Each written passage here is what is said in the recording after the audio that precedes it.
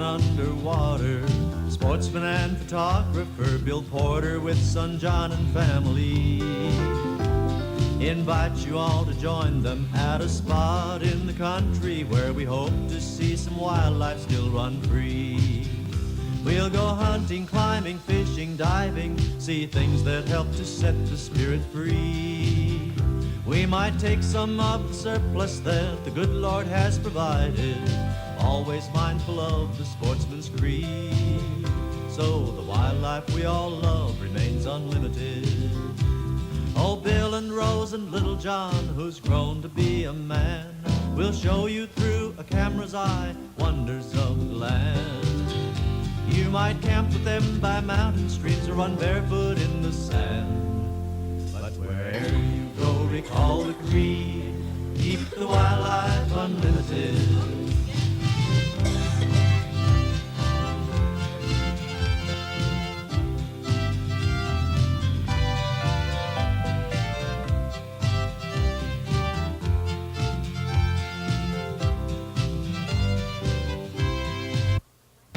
Hello, my name is Swanya. I'll be taking you on a tour of the exciting world of baby animals. Our tour will begin by the lake where the Canada goose makes its home.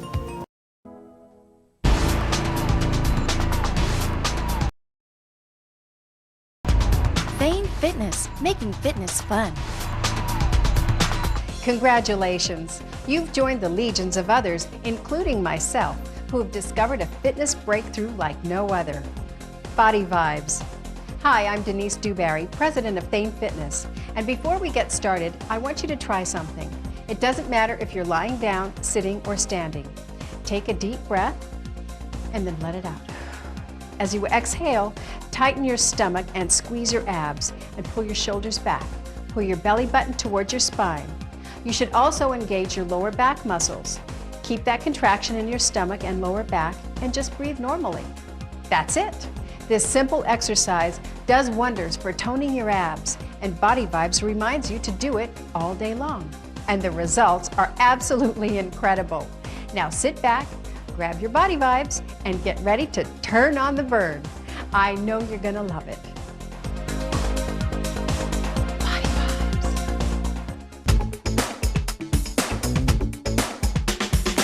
Your Body Vibes belt can be worn under or over any kind of clothing. Loose clothes, tight clothes, casual, dressy. You can even wear it as a belt. Experiment with your clothing and see what works best for you. Hey, look at me. I'm doing the belt thing. You see that? This is what I like about the Body Vibes. You can wear it anywhere. And after a while, it's so comfortable, you really don't even know you have it on. Now, of course, you know the most important thing is that while you wear it, every second you're getting a workout. Plus, you can put it anywhere on your waist area. That's right. Some people like to wear it above the pant line, while others like to wear it below the pant line to tone those lower abdominals. You know, that pooch we love to hate. Now, when you wear it low, some activities will make the Body Vibes slide up. So wear it under tights or through belt loops like I'm doing here. Putting Body Vibes on is a piece of cake. What you want to do is put the belt around your waist. For the best vibes, the unit should be to the left or right of your belly button. It's always a good idea to vary where you put it so you won't develop a tolerance to the vibration. Once it's in place, power it up by sliding the switch. Another thing I like about the Body Vibes is the on-off switch. It's big and it's raised. You can switch it on or off underneath clothing. Careful though, if you get the body vibrator too close to your belt loop, it can block its effectiveness. Also, your Body Vibes comes with an N-cell battery and it will last a long time, but if it should fade or just stop altogether, it's easy to replace. Go to your favorite camera store or drugstore, ask for the N-cell battery, lift up the lid, pop it in, and the vibe will be back. Now it's time to adjust Body Vibes so it fits just right. Just pull the tension tab that's attached to the body vibrator and exhale. Just let those stomach muscles go. Now pull the tab out just far enough and you'll feel the belt tighten. Do this until you feel a vibration. When you feel that, reattach while the body vibrator is still doing its thing. Now all you do is contract and pull in your abs. You see how your back straightens? And just like that, the vibration stops. If it's still going off, no problem. Just detach the tab and tweak it a little bit until the body vibrator stops. It's that simple. There's nothing to it. Getting the right vibe from Body Vibes can take a couple of tries to get it just right. Don't go nuts your first time out. Start with an easy contraction and then build to a stronger one. Throughout your day, the tension of your body vibes may have to be adjusted according to what you're doing and, of course, how much you eat. See, another great benefit of Body Vibes is it'll tell you when you've had too much to eat. You'll get a vibe, and that's your cue to be excused. Body Vibes. If you're a beginner like me and you have, well, less than perfect abs, you'll want to start by turning on the Body Vibes 5 to 10 minutes per hour for the first couple of weeks. To get the best results, you should stick to a routine of at least 4 days a week. And then you can increase to 20 minutes, 30 minutes over the next several weeks. And you know, before you know it, you can leave it turned on for hours at a time, once or twice a day. Now, for those of you who have moderate ab strength and control, you'll want to wear the belt with it turned on for about an hour at a time, repeatedly during the day for about a week. Then what you want to do is gradually increase the 1 hour to 2 hours, and then 3, once or twice a day, whatever is most comfortable for you. Do this for a few weeks. For the best results, you should be able to wear the belt all day long, turning it off for meals and breaks. If you're one of those who is fortunate enough to already have six-pack abs, I hate you. No, actually Body Vibes can maintain that six-pack and make it more toned and tighter than it already is. That's right, Body Vibes can be used to do extended isometric crunches. All you do is tighten the tension control to an intense level of abdominal contraction. Then hold your abs really tight for 5 to 20 minutes at different times throughout the day. This seriously works your abs and simulates an extended isometric crunch. Hey, and another great thing you can do with Body Vibes is wear it while you're working out, either lifting weights or doing cardio. What this does is increase the amount of calories and fat you're burning because you're keeping your abs tight.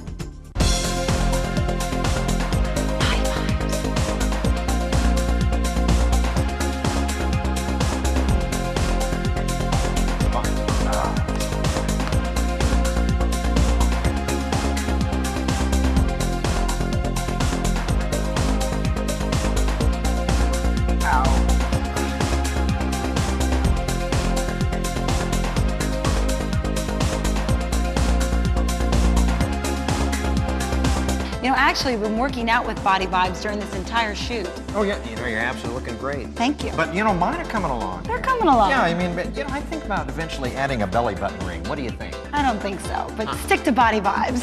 Oh, work on it, get back to you.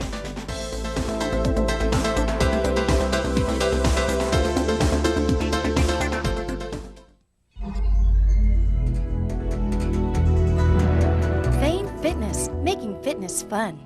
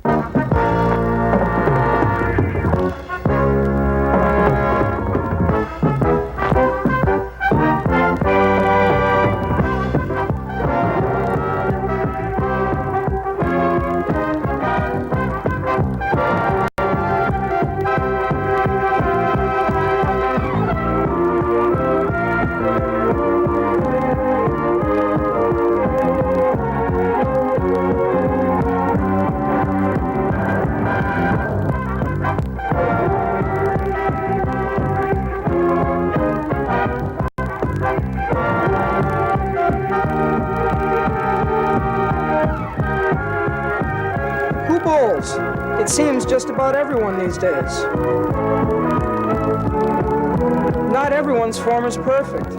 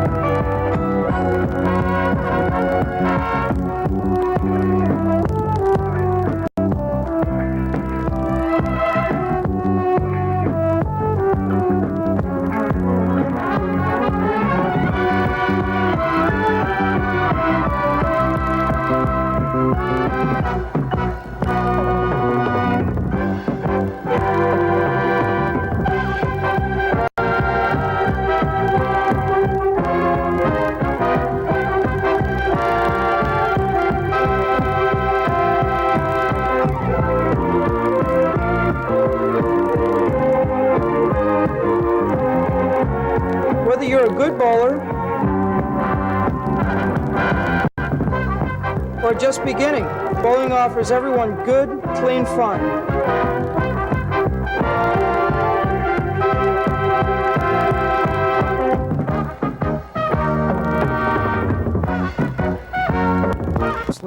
I suggest that you purchase your own ball as soon as possible.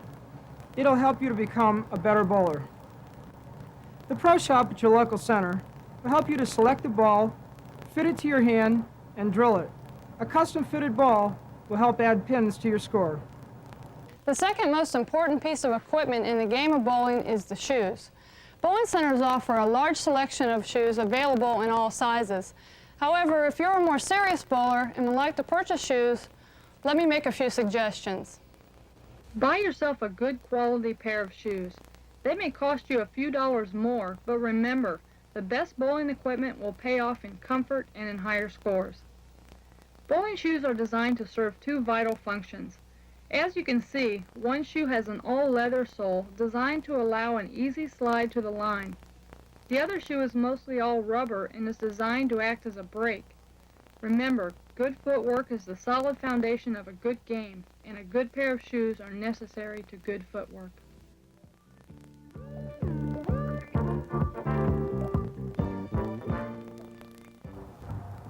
Conditioning for bowling should be a year-round job. Let's take a look at a program of simple conditioning and training exercises you can do in your own home or at the office. This program of exercises only takes a few minutes every day. It helps to develop flexibility, endurance, and strength. In bowling, your legs take the most wear and tear. So let me suggest 2 exercises for your legs. In this exercise, lean against the wall with your arms at shoulder height. Gradually move your legs backward, maintaining a straight body position. Now you can feel the tension in the back of the legs. Now we'll show you an exercise called the crossover toe touch. Simply take your right foot, cross it over your left, bend down, and touch your toes. Do this several times, and then repeat it with your left foot. Take your left foot, cross it over the right, and bend down. Every bowler knows how important the fingers are when bowling. Here's one of my secrets. I carry around a little rubber ball with me. I squeeze it every chance I get. You'll be surprised how this simple exercise can give you such big results. Remember, strong fingers means a stronger grip. Let's talk about isometric exercises. When used regularly, they're a marvelous way to improve your overall physical condition. And the wonderful thing about isometric exercises is that they can be used almost anywhere at any time. On each of the following exercises I'm about to show you, I recommend that you time yourself by counting seconds, 1001, 1002, and so on. Try to hold each exercise for a minimum of 6 seconds, then relax and repeat the exercise. Try to do 10 repetitions of each. The first exercise I'm going to show you is the hand press. It's done by placing the open palm of your left hand on top of the right open palm of your bowling hand. Press down firmly with your left hand while pulling upward with an equal amount of pressure from your right hand. Hold it for 6 seconds, relax, and then repeat it 10 times. The next exercise is called the hooked finger pull. It's done by taking the fingers of the left hand and the right hand, hooking them together, keeping your arms at about chest height, and pulling firmly. You'll feel your wrist and your fingers strengthening in this exercise. Hold it for 6 seconds, then relax and repeat it for 10 repetitions. This isometric exercise is especially aimed at strengthening the third and fourth fingers of the bowler's hand. It's done by placing the third, fourth, and fifth fingers below the open palm of the left hand, with the forefinger extended above the left hand. Next, press down with your left hand and pull up with an equal amount of pressure by your right hand.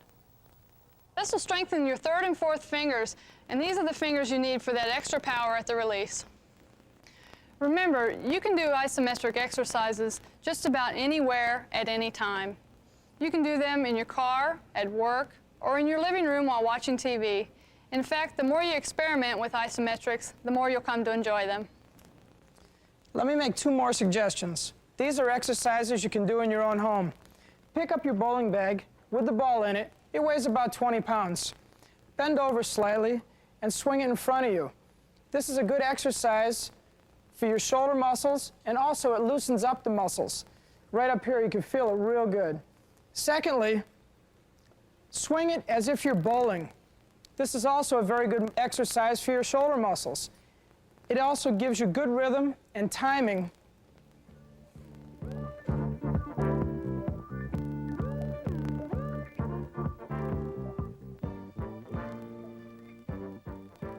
Before we actually bowl, let's learn how to read the lane.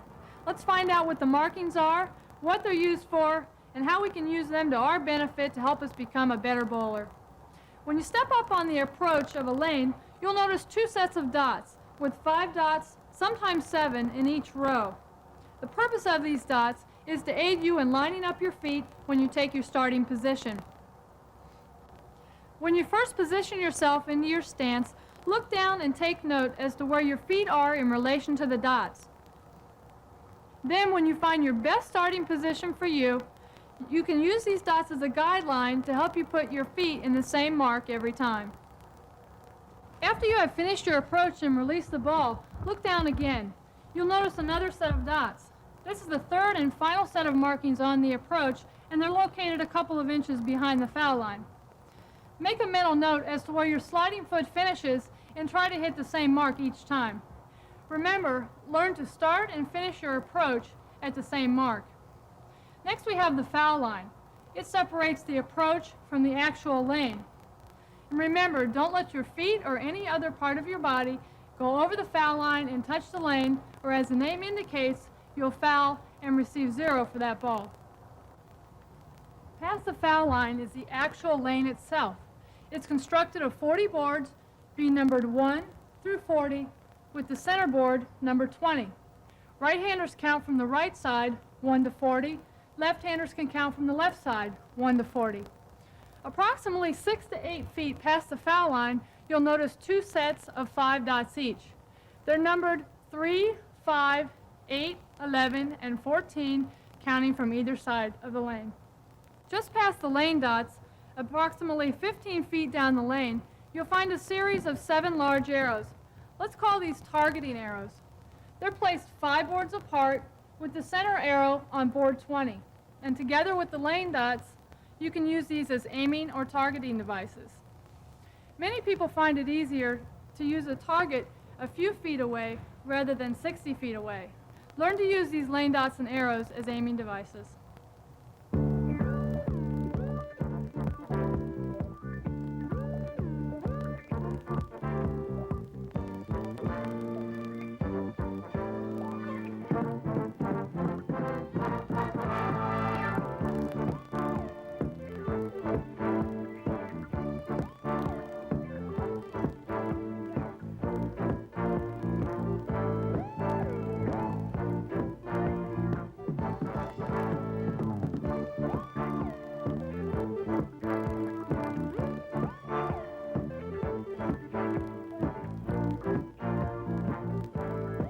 And now, let's take a look at the basics, or the mechanics of bowling.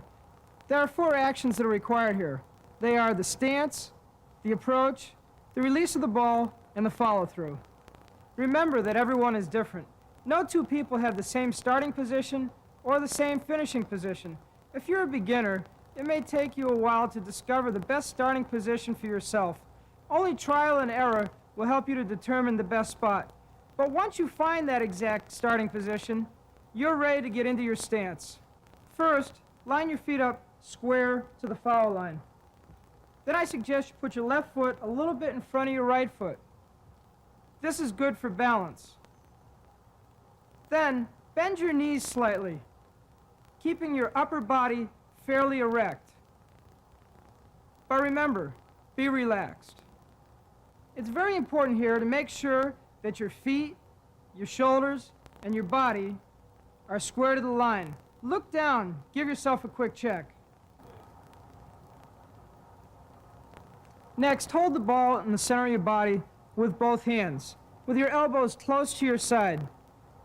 The key word here is relaxation. Remember, be relaxed.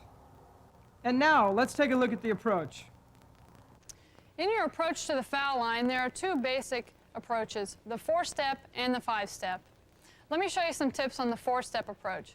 My basic theory is to remember 4 key words: out, down, back, and slide. If you remember these 4 words, the 4-step approach is going to be very easy. On the first one, the first step goes out along with the ball. That is out. Again, the ball and the step out at the same time. The second step goes forward and the ball is down by your side. The third step is next and the ball is in its height of its backswing. And next is the slide and the ball is released. Now let's see this in full motion.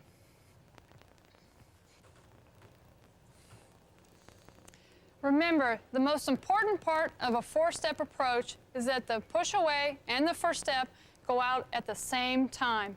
Again, the most important part, remember, ball and the step at the same time. Step 1, the ball goes out. Step 2, the ball goes down. Step 3, the ball goes back. And step 4 is the slide.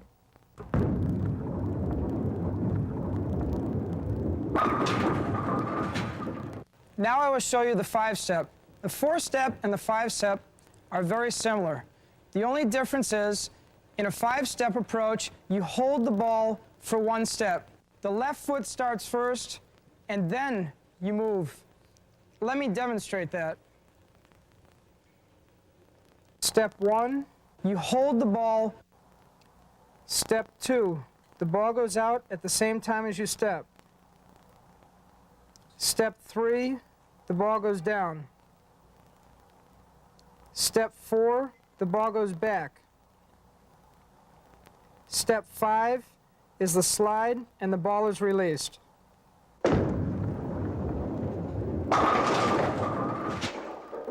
Now I will show you the proper delivery.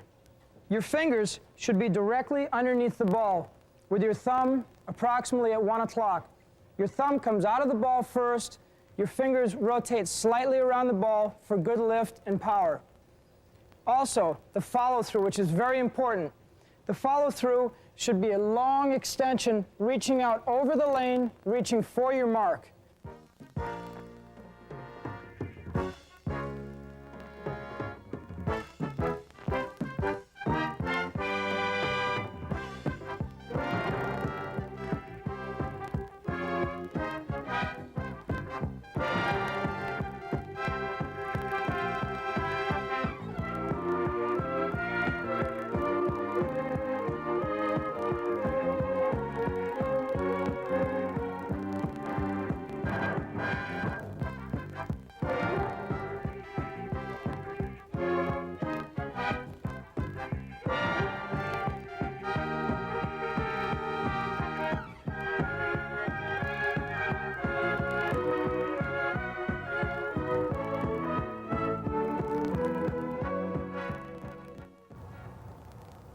The most important thing in throwing strikes is hitting the pocket. But first, let me explain what a pocket is. 2 pins side by side, for instance, the 1-3, the 3-6, the 6-10, those are the 3 pockets on the right side. The 1-2, the 2-4, the 4-7, those are the 3 pockets on the left side. The strike pocket for a right-hander is the 1-3, where the yellow arrow is pointing. The strike pocket for a left-hander is the 1-2, where the blue arrow is pointing. Now let's talk about throwing strikes. Everyone wants to throw strikes.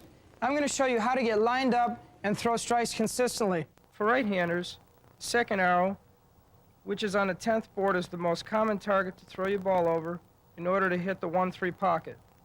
Left-handers would reverse this, throw over the second arrow from the left to hit their strike pocket, which is the 1-2.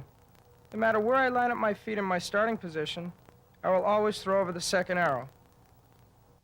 First of all, we're going to put our left foot on the 18th board, throw the ball over second arrow, and see where it hits.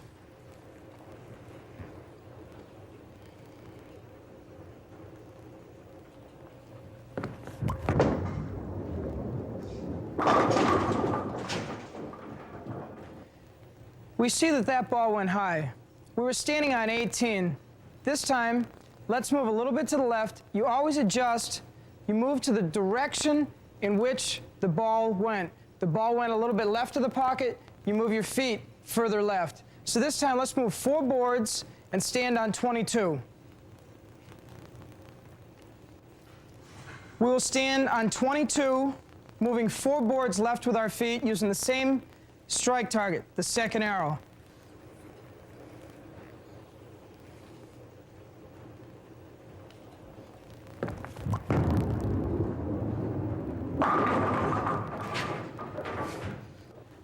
All right, that ball went a little light.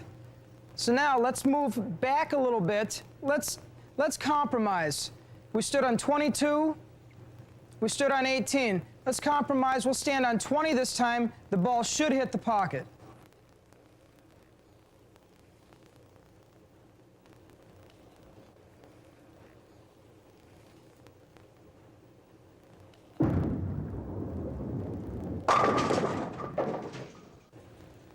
That was a good shot. The shot hit the pocket. Now, to make sure that we've made a real good shot, let's stand in the same place again, stand on 20, throw the ball over the second arrow. If the ball hits the pocket again, we know that we've got it.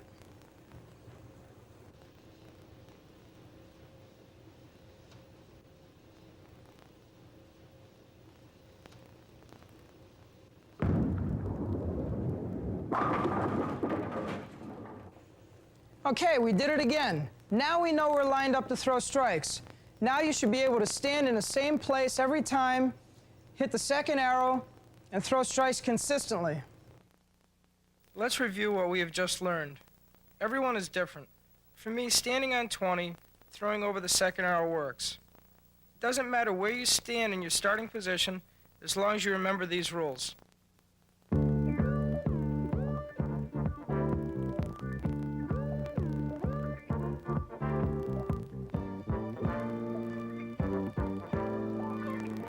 That if the individual doesn't have the texture of hair, you need to create that texture. And you can do it by just wrapping them with water or maybe a little gel, again, depending on the texture of the hair, and put them in wave rods. Then after it's dry under a regular dryer, you take them all out, and then we can begin to create the look. And in this situation, we're going to create a cowboy hat. So what we'll do is after you comb it all out, you want to segmentate off a small area, or the area that you would be square on top of a hat. And you leave it, and you get it out of the way so you can work comfortably, or so you don't run into your work.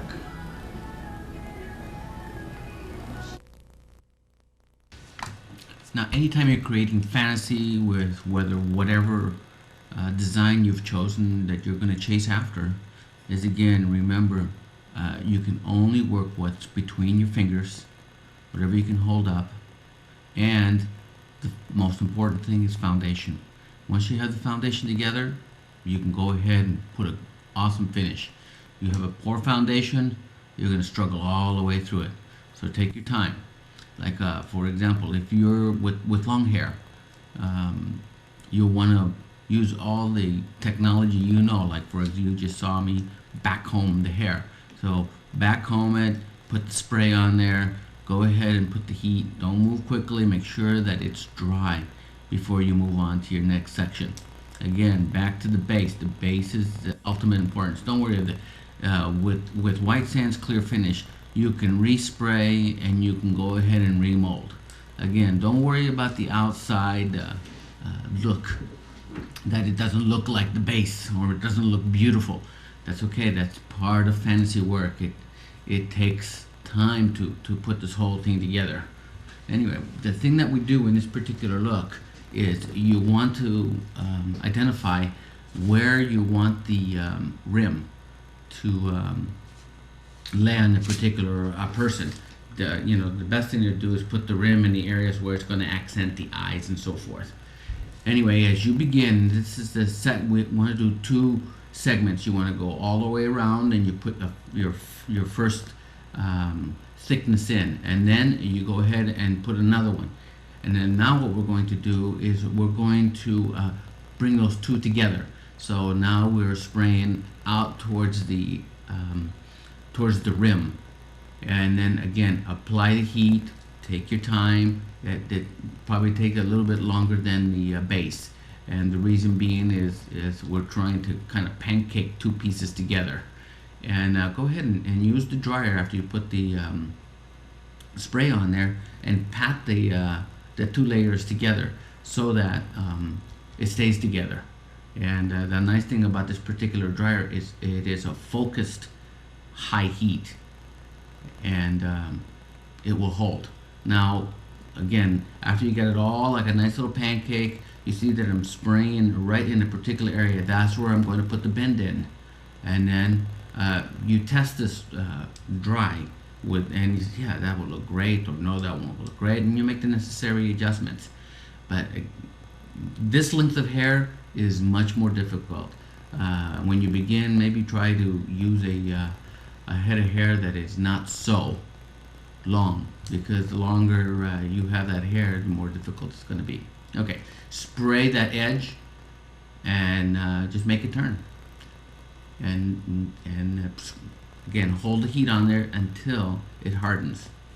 Now go ahead and spray the rim and begin to, in this situation, tuck the rim. You use shorter hair, you won't need to do that. And again, just continue to move forward. Right now we're not looking for perfection, but we're looking for at least a 75-80% sharpness in the line of the hat. So when you go back, you don't have to work on it so hard. Now we're doing the back portion. Again, spray the base area, tap it in with the heat. Now if you're going to use again a different dryer other than what you were seeing here, put it on low air, but keep making it as hot as you can, because the heat is what causes the spray to dry quickly. And you see how much spray I'm putting, and you've been watching me put spray on over and over and over again. Well, this is because this spray will not crystallize. Actually, the more heat you put on it, the shinier it gets. So that's the least of your worries. And you also see that I'm spraying over areas that I've already sprayed, and it's because it's a working spray. It doesn't boom harden to the point where you can't recomb or whatever. Alright, now we're going to do the other side, and again, identify the area, turn that piece over, and then now you can look into the mirror and see lining one side up with the other, just like a haircut. And again, you spray the ends and you begin to turn it, and you can see how it begins to take shape. This is the back. Again, put your spray in and tuck and mold. This is strictly a it's like sculpturing, but you need to take your time. You need to hold the vision in your mind about what you're doing, and as you begin to put it together, you can make adjustments, you can make changes, and it'll look great.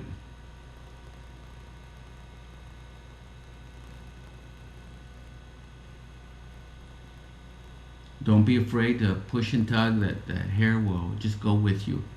And it's because the spray is such a workable product. And let me mention one thing about the spray. This is a brand new formula into the industry. There is nothing like it. We use the most expensive resins, and that's why you can do all these different things with this product. If you wanted to use a curling iron, and it will not stick to the curling iron, it will not crystallize, it will make it shiny, and then you can comb right through it, and the hair will feel silky and touchable, and so it doesn't have any spray. Okay, it's important to make sure that that base is firm, and in this case we're staying away from her skin. Now we're going to go ahead and there's a high area. As I'm looking at it, I said no, I think it should be it's too high and it's throwing the look off balance. What this does, after you spray and you push here and you push there, shape and well balanced, then you do your middle part. You unpin it, and then the best way to handle it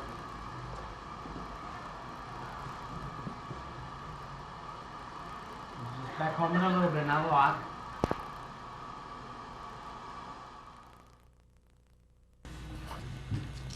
okay, spray, and go ahead and again take your time. You're in the finish mode, and you can just spray a little bit at a time here and there. You don't need to back comb it a whole lot. With the right texture of hair, after you put it in there, it moves really, really easy. Use your hand, go ahead and create that squarish look.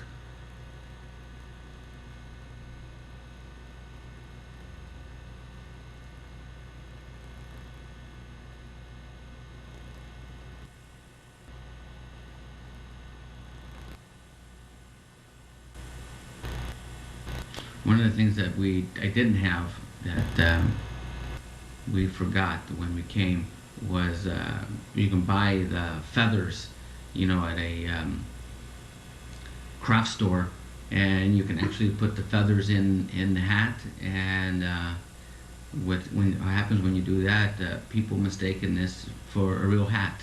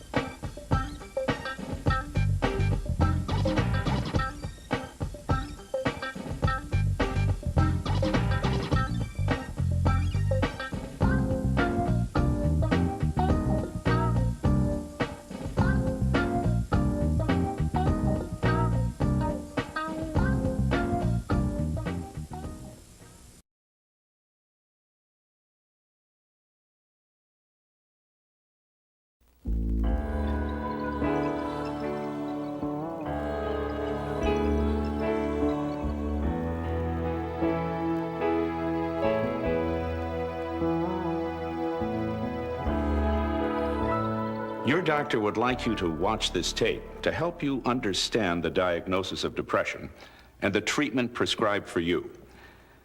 Clinical depression is not a blue mood you can snap out of. It's an illness like arthritis, diabetes, or high blood pressure, and affects the whole body, including your physical being, mood, and thoughts. It's important for you to know that depression is not something you brought on yourself, and does not mean you have a personal weakness or just can't cope. Rather, clinical depression, like diabetes and thyroid disease, is thought by some to be caused by a chemical imbalance. The imbalance that leads to depression involves chemicals in the brain known as neurotransmitters that are believed to be important in regulating mood and other aspects of our personality. Additional factors, such as a stressful environment and other psychosocial factors, may trigger the onset of depression. Depression is not a rare or even unusual illness. In fact, even though right now you may feel isolated and alone, you actually have lots of company as depression affects an estimated 9 to 14 million Americans. But how does your doctor know you have depression?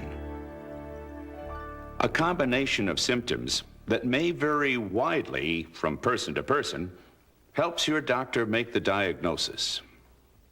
You may have been feeling very sad for some time, had feelings of guilt, helplessness, or thoughts about suicide or death.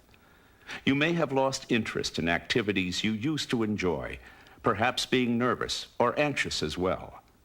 Maybe you thought you would snap out of it in time, but you have not. For most people, the most frightening of these symptoms are thoughts of death or suicide. Having these thoughts doesn't mean you'll act on them, but it is important to discuss them with your doctor. They are a common symptom of depression, just as fever is a common symptom of the flu. Depressed individuals may also experience some or all of the following symptoms: a change in weight, appetite, or sleeping patterns. Perhaps you found it difficult to concentrate or felt fatigued. Headache, back pain, or stomach ache can sometimes be symptoms. You don't have to have all or even most of these symptoms to be diagnosed with depression. You've probably had some of them before and they just went away. But when they won't go away, they may suggest the diagnosis of depression. Now, how is depression treated? Over 80% of those who suffer from depression may be helped with treatment, including various types of counseling or psychotherapy and or a class of medications called antidepressants. Antidepressants are thought to work by restoring a normal chemical balance within the brain. Your doctor has decided to treat your depression with an antidepressant called Prozac, with the chemical name fluoxetine hydrochloride.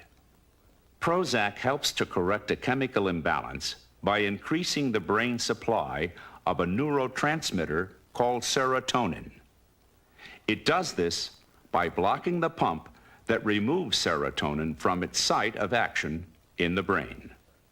Some antidepressants, in addition to affecting several neurotransmitters involved in depression, also interact with several additional systems throughout the brain. Laboratory tests have shown that Prozac selectively blocks the serotonin pump, affecting only serotonin. This selectivity may explain why Prozac tends to cause fewer of the disturbing side effects, such as drowsiness and dry mouth, seen with many other antidepressants. Now, how soon will you start feeling better? For those who respond to appropriate therapy, including antidepressants, improvement will be gradual, so don't get discouraged. Although some symptoms will probably improve after 1 or 2 weeks, it can take up to 4 to 6 weeks to feel any significant improvement. Take Prozac only as directed by your doctor. If you miss a dose of Prozac, don't try to make up for it by taking a double dose the next time. Just continue with the next scheduled dose and try not to miss any more. Of course, no medication works for everyone.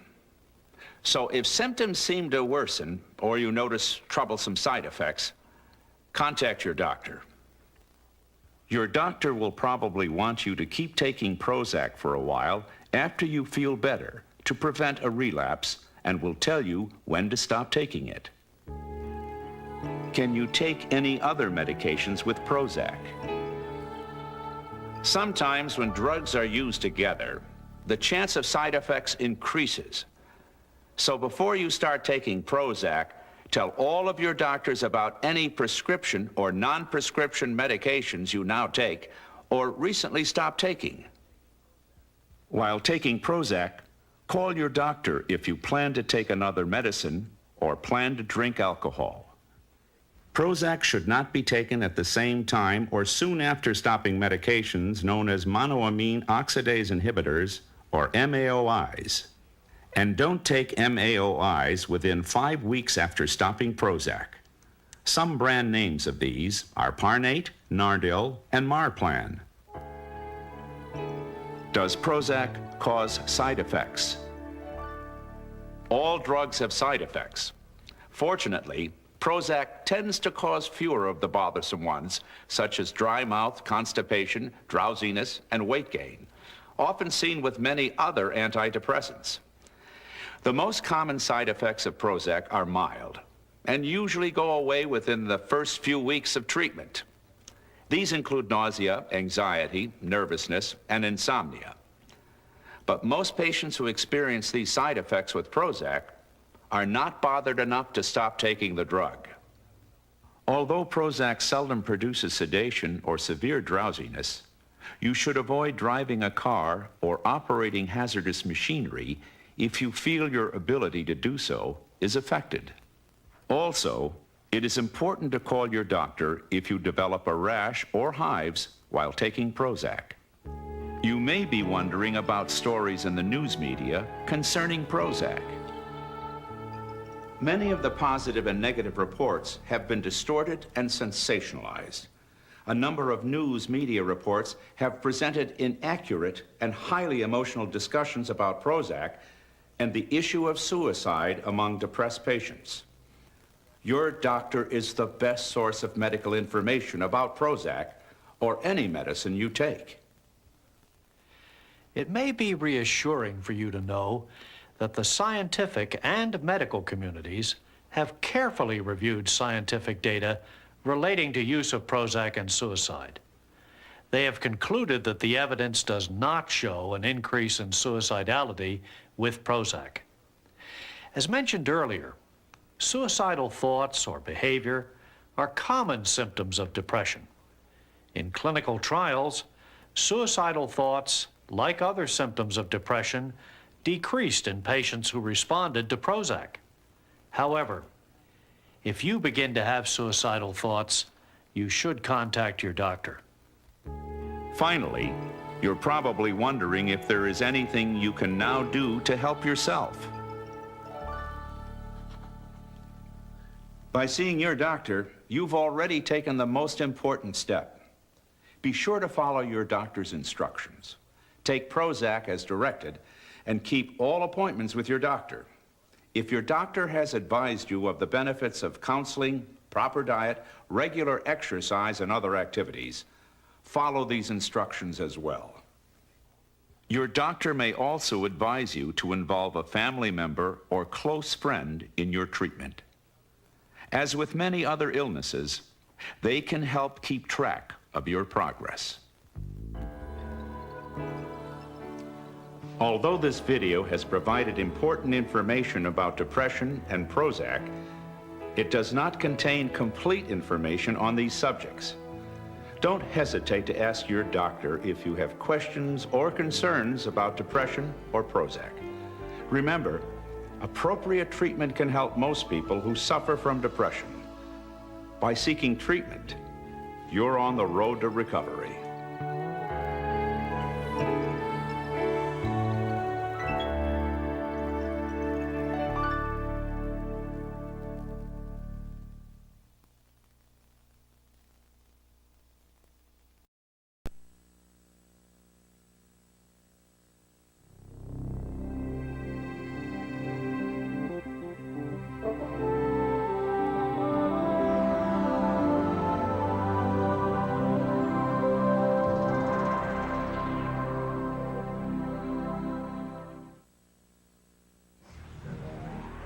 They produce a product that saps the strength from a community and the will of its users.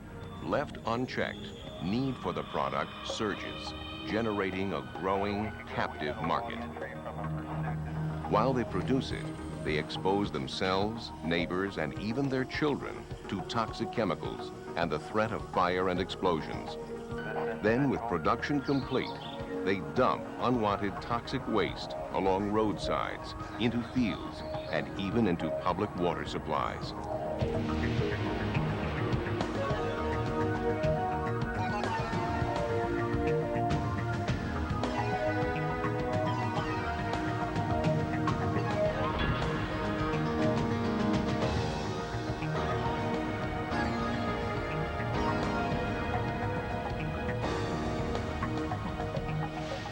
The manufacturing of illegal drugs in the U.S., particularly methamphetamine, has taken on epidemic proportions. These illicit operations, known as clandestine laboratories, confront responders with a new set of challenges. The operators of the labs, known as cooks, are driven by the lure of easy money and the grasp of a drug that, through a new manufacturing process, is twice as potent and provides a longer-lasting high than cocaine. Apprehending and prosecuting clandestine lab cooks is only part of the battle. What's usually left behind is a makeshift laboratory overflowing with hazardous chemicals and contaminated equipment. And chances are that hazardous wastes generated during the cook have also been illegally dumped nearby. Methamphetamine, which is the primary drug that we're seeing manufactured in California, is the drug of the 90s. We've seen a tremendous increase the past 5 years in the amount of methamphetamine labs that we're seizing in the Southern California area, specifically centered out of Los Angeles, Riverside, and San Bernardino counties. They're mixing anything and everything to try to produce a finished product that they can inject and or sell to make a little bit of a profit, so they can in turn, manufacture another ounce or two. Methamphetamine, also known as speed, crank, crystal, and ice, can be ingested orally, snorted, injected, or smoked by users. Long-term abusers, known as tweakers, often binge for up to 2 weeks and constantly crave more of the drug to recreate the euphoric state brought on from the initial high. Chronic abusers become delusional, experience hallucinations, and exhibit high-risk behavior, often resulting in violence. Extreme weight loss, pale facial skin, discolored teeth, and scars or open sores are also common. With only a modest investment, any methamphetamine user can become a meth cook in a matter of hours. The recipe to produce the drug can be found on the internet, and most of the ingredients and lab equipment can be bought legally through commercial sources like hardware and convenience stores. Unlike the drug business of the past, there's no risky border crossings and no big upfront money.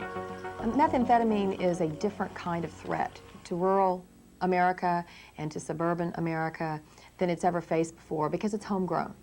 Our borders for methamphetamine are the local hardware store, the local convenience store, the local liquor store. It is not the Mexican border or South America or somewhere in the Far East. Clandestine labs can be small 1- or 2-person mom-and-pop operations, also known as Beavis and Butthead labs, or in the case of many Western states, highly organized mobile production facilities, usually run and financed by Mexican national drug cartels, also known as Mexican national labs. The Mexican national operation, when they come in and do an operation, they do it big time. I'm talking about hundreds of pounds of methamphetamine. They do it one time there and they're out of there. It's strictly for profit. It has nothing to do with use. You won't see a Mexican national that's operating a Mexican national clandestine lab using. It's strictly for profit. Clandestine labs can be found almost anywhere.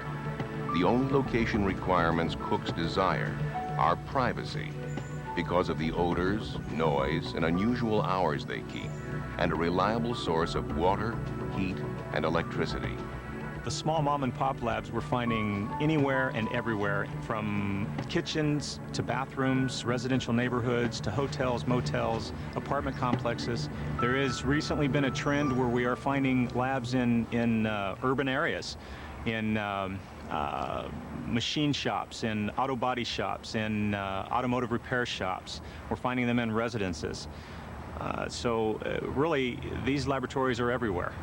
The trend of the large-scale operators, though, is to go remote. That's the reason that we find a lot of laboratories operating in farming environments. They blend well with the surrounding environment because they blend with the farm laborers that come in from Mexico and work the fields, the agricultural fields in California. Once the cook has a location secured, it's just a matter of choosing a production technique. The most commonly used recipes call for mixing over-the-counter cold medications containing pseudoephedrine along with other ingredients in a process that can be performed at separate locations if need be. in less than 24 hours. No matter what recipe they choose or how big the operation is, all clandestine labs share one trait: a total disregard for safety. Risky production techniques combined with haphazard storage and illegal and unsafe disposal add up to a formula for tragedy. I'm more concerned for public safety when it comes to the small mom and pop labs because they are untrained, quote, mad scientists. They have no chemistry background. They're using chemicals that are highly volatile without any training, any expertise, and they're using glassware that you would bake a cake in. Anything that they can apply heat to and cause a chemical reaction. Those are the ones that we're having explosions with in motels, apartment buildings, and they present the most danger to the public. Many times, chemicals and equipment used to synthesize the drugs are housed at a separate location, often rental lockers, where the lack of ventilation and cramped space increase the potential for hazardous conditions. Unfortunately, young children are often victimized by parents who use and cook meth. Parents become obsessed with the drug to the point where they show no regard for their children's welfare. Kids are forced to live and play in homes contaminated with toxic chemicals. Neighbors also become unwitting victims, usually unaware of the threat that may be right next door to them. Once a cook completes a batch of methamphetamine, at least 6 pounds of hazardous waste remain for every pound of processed meth. These unwanted hazardous byproducts are then indiscriminately dumped anywhere and everywhere. Don't take it lightly. These guys, when they cook, they put it in the sewer system, they pour it down the toilets, it goes into the sewer system, they pour it in the backyard, they bury it in the backyard, they'll drive along the road, toss it out of the back of their trucks. We're digging these big pits, putting all this waste in there, and eventually, if we don't find it, then it's going to eventually seep down in the groundwater. The resulting contamination of structures, soils, water supplies, and air emissions, and the poisoning of crops and livestock costs property owners and taxpayers millions of dollars in damages and cleanup costs, as well as the cost to law enforcement.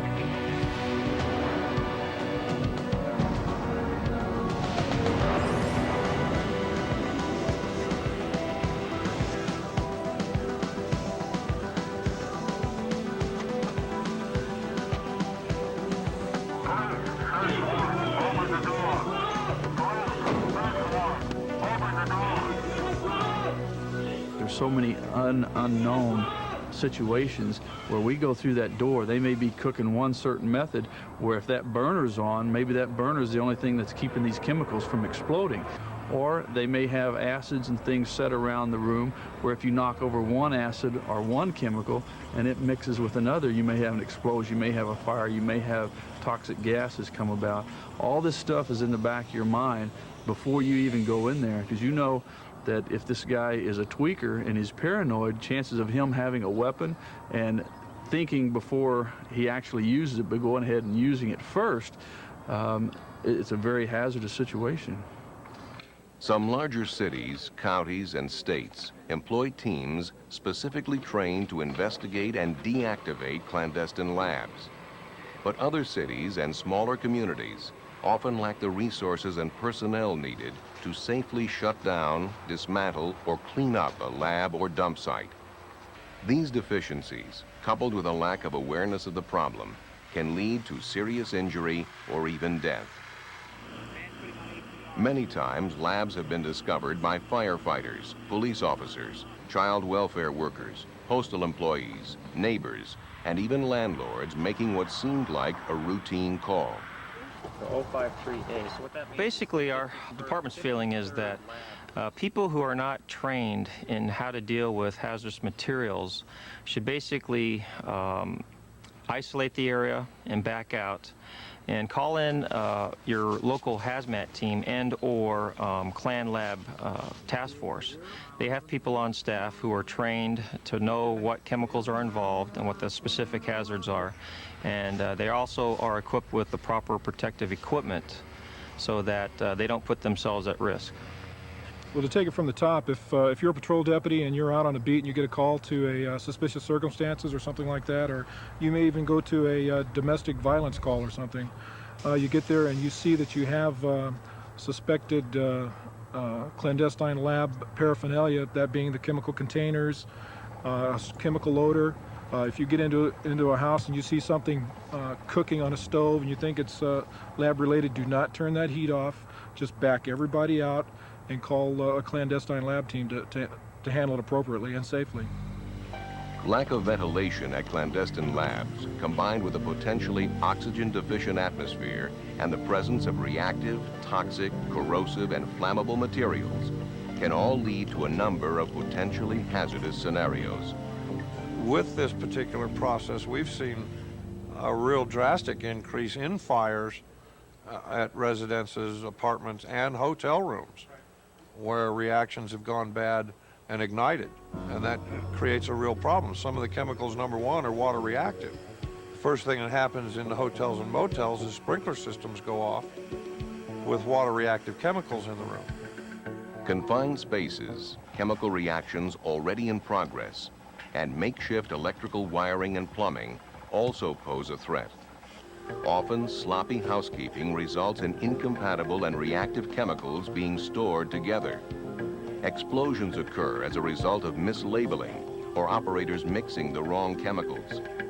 Besides explosions and fires, chemical reactions can also generate highly poisonous gases that can kill within a few breaths. Being able to identify the signs of clandestine lab activities and the resulting waste abandonment sites will help you to protect yourself and others at risk.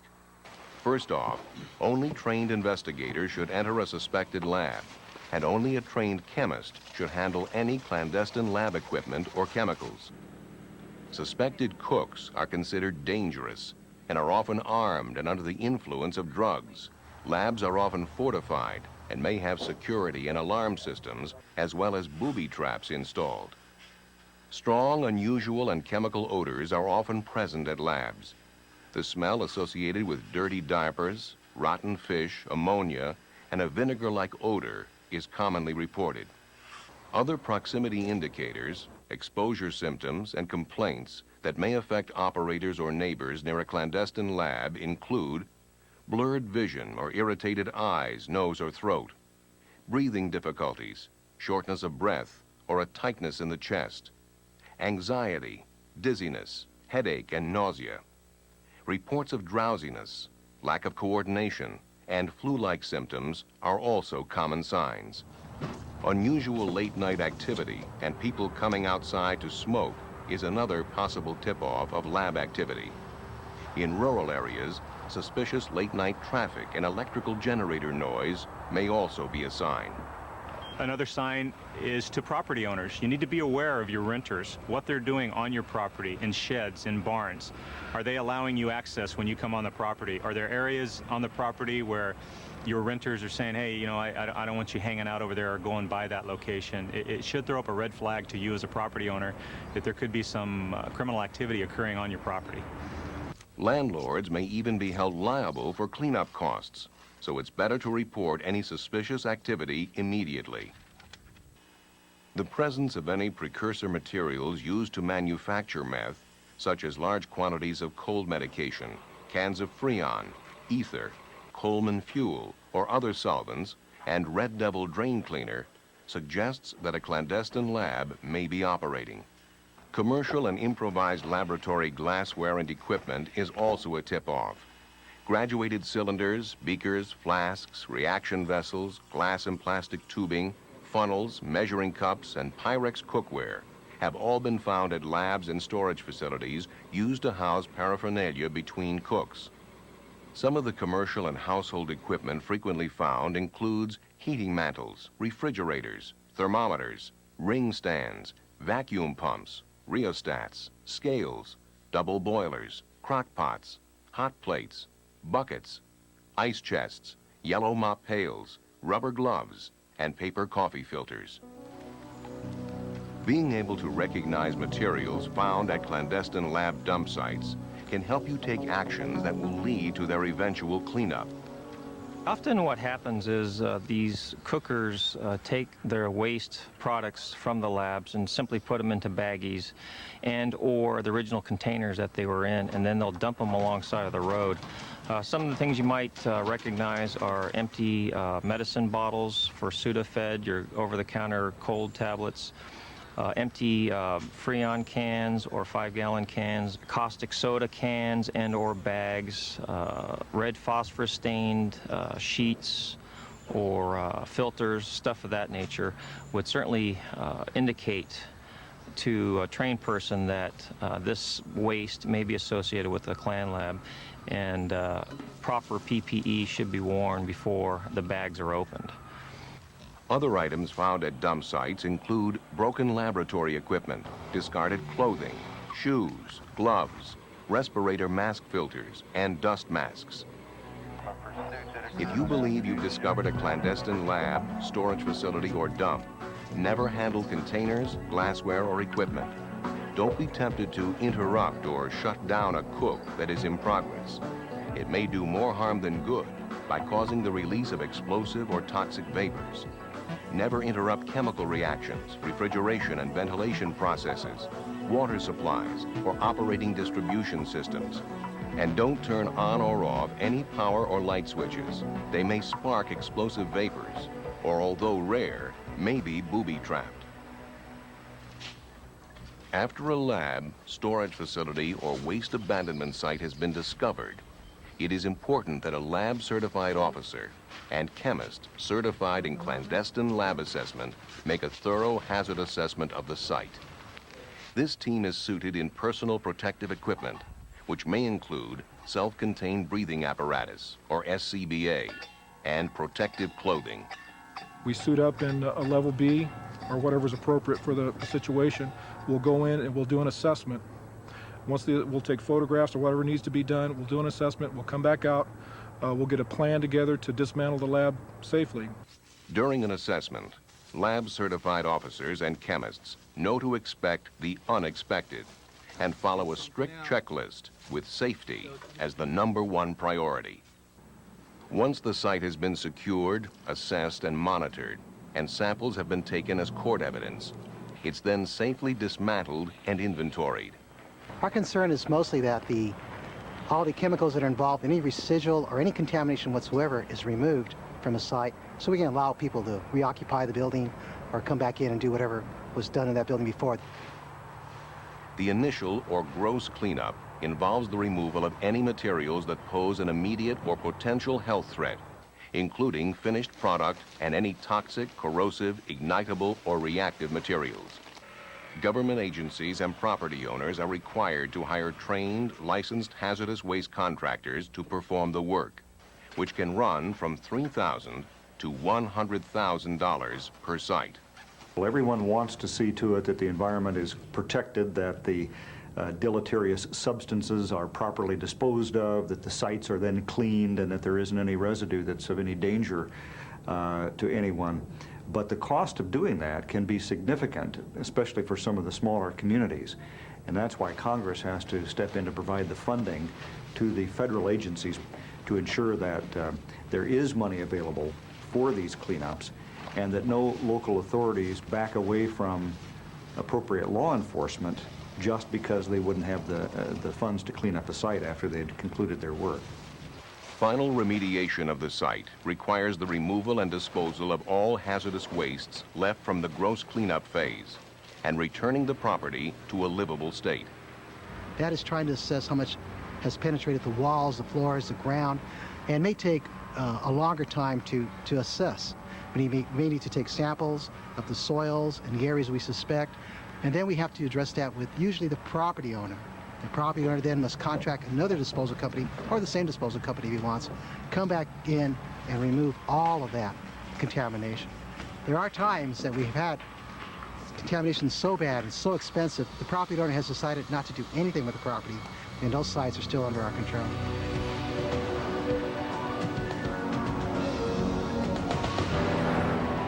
Unfortunately, the use of methamphetamine is expected to spread across the U.S. on an eastern track. Recent takedowns on clandestine labs in the Midwest and the East indicate that the drug is beginning to gain a foothold there. In Arizona and California, we're apparently right on the front line of the methamphetamine epidemic, but we're beginning to hear from some folks throughout the country about the problem too, in Missouri and Iowa and North Carolina and Illinois, some states that it doesn't particularly make any sense that the drug would pop up there, but it is popping up, and I'm sure that it's just a matter of time before it's all over the country. Getting the public involved is crucial. Informing communities about the dangers of the drug, along with urging landlords, business owners, and neighbors to contact police when they suspect manufacturing activities in their area, can make a difference. So one of the things we're trying to do is have field hearings in several different states to bring more public awareness to the problem, not only of the use of the drug and the implications for law enforcement, but also the environmental considerations because of what the chemicals that are used to make methamphetamine do to the environment if they're not properly handled and disposed of.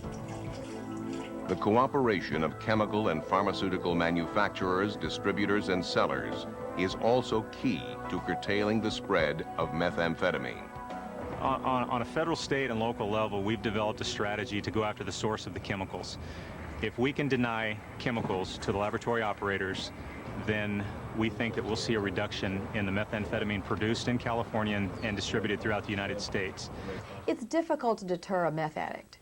Someone who's really addicted to methamphetamine, I mean, they've given up their job, they've given up their family, they've given up their life. It's unlikely that the threat of someone busting them is really going to modify their behavior. On the other hand, you've got businesses out there that are supplying the ingredients to make methamphetamine. Those business owners can be deterred by aggressive law enforcement. Educating firefighters and law enforcement, as well as health and human service personnel, to be more aware of clandestine drug labs in their daily work can also have an impact.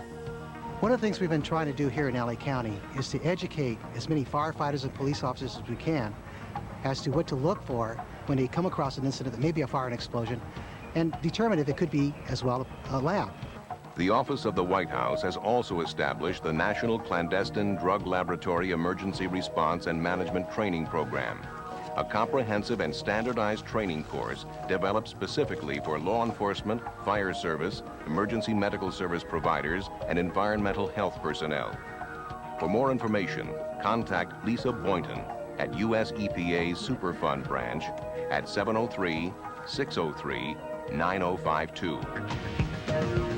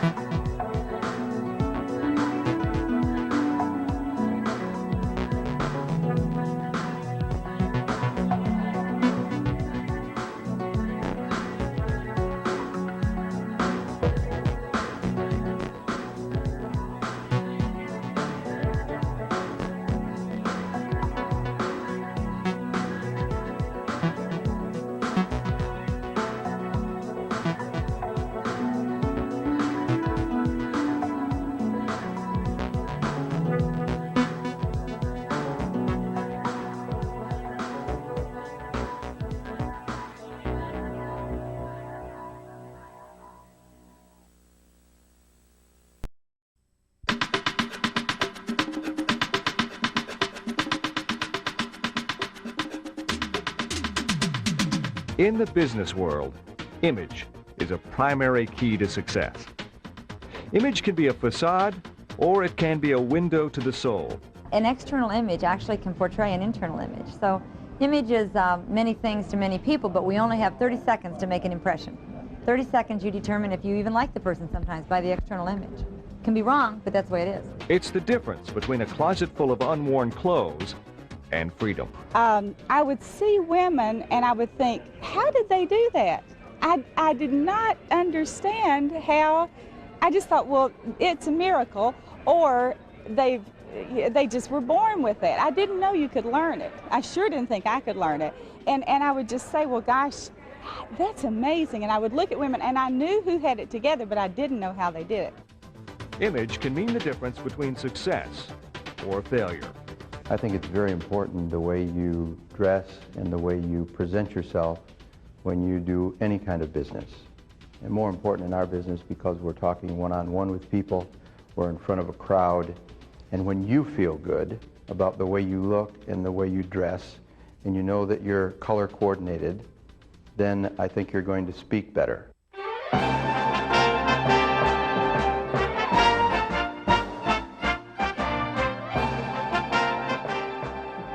According to these three women, your image is the crowning touch. Betty DeHaven, Ruth Milliron, and Sue Capellan have inspired thousands of men and women across the country to dress their dreams. Director of the Crowning Touch since 1988, Betty DeHaven is the author of Altogether You, curriculum developer for image programs, and has trained thousands of women worldwide. Her love to build women's self-esteem, her communicative style, warm, sensitive, and fun-loving.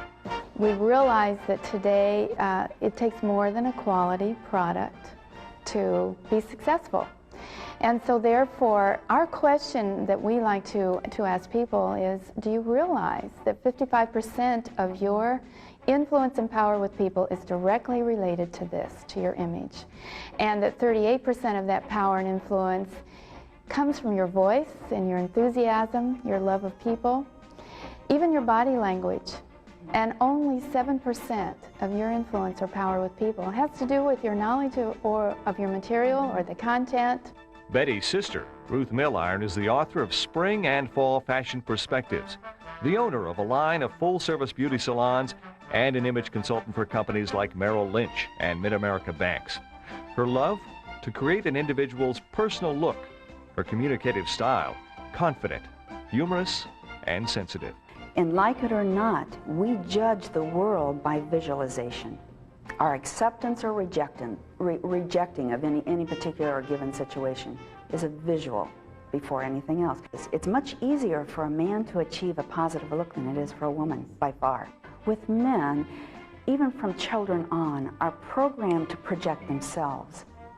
They are lifted up in a different manner, and women are, and it has nothing to do with men are greater and women are less. It's just that we, being developed to be feminine, then have to learn that we develop and express ourselves through clothing.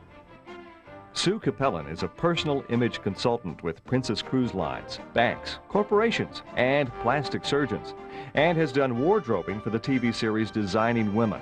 Her passion? To build a sense of personal self-worth. Her communicative style? Animated, warm, and enthusiastic.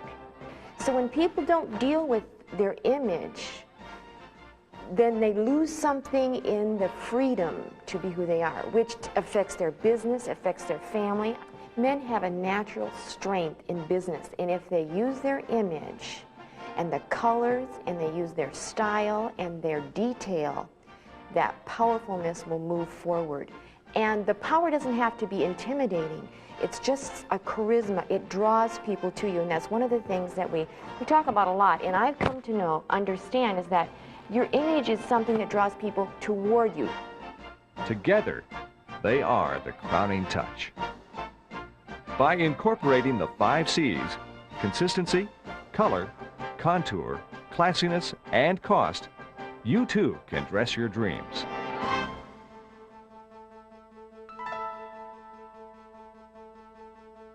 Because of our multi-occasional lifestyles, I mean, we have casual, we have formal, we have all sorts of occasions in our day and in our life that we need to think about. It's extremely important that we remain consistent. The reason for that is it says we have a quality life. We're building a quality life. So consistency means whatever occasion we're in, we remain very consistent, put together in our look. I used to say there were 6 people in my closet because I'd have dresses that were real frilly or blouses that were real frilly and slacks that were real sporty, and it didn't go together. So once you find out your personality in clothing, then you just shop in that, and then every matches all the time. And consistency means buying the best quality you can afford for the amount of money that you have to spend. A consistent look can never be achieved with a closet full of confusion. You've got to have a few nice things, then you can create a consistent look. And there has to be a plan, and a plan deals with quality. Quality deals with consistency, and consistency deals with the choices of correct style, of the correct colors that are going to flatter us the very most. It deals with putting that together on a daily, or I should say a day in, day out process. In other words, I should have a consistent look, no surprises. I create a style that is mine, that I would look that way at 10 at night or at 8 in the morning. It's my personal style. Because it takes effort. It takes effort to look great. It takes effort to build a life. Anything worth doing is worth doing well. So when you put effort into your look, we subconsciously say something to people. We talk about our trustworthiness, and in this business it's extremely important that people can trust who we are. You can't cheat your image. It's an investment. But it doesn't mean that you have to spend top dollar. Do you know, you can have a less expensive garment if it's finished well. And part of being finished well is good fit. I would rather see you spend $300 on a suit than $7 or $8 or $9 or $1,000 and have it well tailored to your body structure and have $1 million look. I think it's paying attention to detail. It's not just the suit, but it's other things. And when you're starting out and getting started on a budget, pay attention to accessorization. Gentlemen, women do that, certainly, but men need to do it. We do it with things like glass frames, using glass frames in a situation, that they're current, that they're uplifting, that they're flattering, that there isn't discoloration in the frame or the tint of the glass. How about a hairstyle? All of us, men or women, our hair changes throughout our life. We need to change our hairstyle to accommodate that, to be current, to be attractive and finished. Whether it's a man positioning a different level in his part so that his hair, as it changes in life, lays appropriately or whatever. A man should have his hair styled, not cut. It's other things. It's finishing of hands. You know, we talk, and I can't talk without my hands. If I'm on the telephone, I'm talking away with these, all right? Now that, oh, thank you very much. But it's not whether we have polish on our nails as a woman. It's how our hands are finished. It's how they look. It's not too much distraction in terms of rings. Good rule of thumb in a professional situation, it's 1 ring per hand if you wanted to get technical, man or woman. Our nails, they should be even in length. They should be clean, refined finish. And if we looked at all 3 of our hands, they're very, very different. Sue chooses to wear a clear polish, and that's what I recommend for women that don't have time and don't want to fuss. If you can't have polish on, ladies, and have it be finished, looking sharp, and like it's just been done, don't use it, don't wear it. A clear coat is fine, but they should be finished. Gentlemen, the same thing. A finished hand, finished nails are important. And ladies, one more point, not long nails. A nail should not be longer than half the length of a nail bed for a woman. In a man, you should only see a light trim of white nail, and then it's finished. The other thing that is very, very important are shoes. And the shoe on a man can make or break his look. Male or female, really, that is true. It needs to be well polished. It needs to, the soles need repair. In fact, men really should have at least 2 good pair of professional shoes for his wardrobe. And depending on his build, whether he's heavier, more mature, or whether he's a slighter frame, more trim, it should be in proportion to his body frame, actually. And has to do with his color spectrum. If he's wearing basically navy and cool-oriented colors, you could choose black, you could choose cordovan, you could choose the more brown or dark brown shades. The shoe, though, really enhances the image. It really gives it the richness. And if we knew how much, whether it's in a professional state or casual, our feet are very important, and the shoe selection is very important to the professional part of our image, and it upgrades the quality of our garment and our look and creates balance. It can reveal our personality as well. The briefcase should be a leather briefcase. The black is really the most professional briefcase. Usually men, in starting out, and $150 is what they should plan to spend on a briefcase. Now you can find them at all price points, but $150 with a thicker leather, which is not worn. It should be able to look well kept and maintain the longevity of wear. The belt should be a leather belt, you know, not the fabric belt. It shouldn't have a lot of worn buttonholes in it. I mean, the safest way to do it is to choose your shoe and your belt combination. And then I encourage men in the professional setting to choose their belt, their wallet, and the same leather good. So when they pull it out, everything coordinates. It says, I'm put together, I'm organized.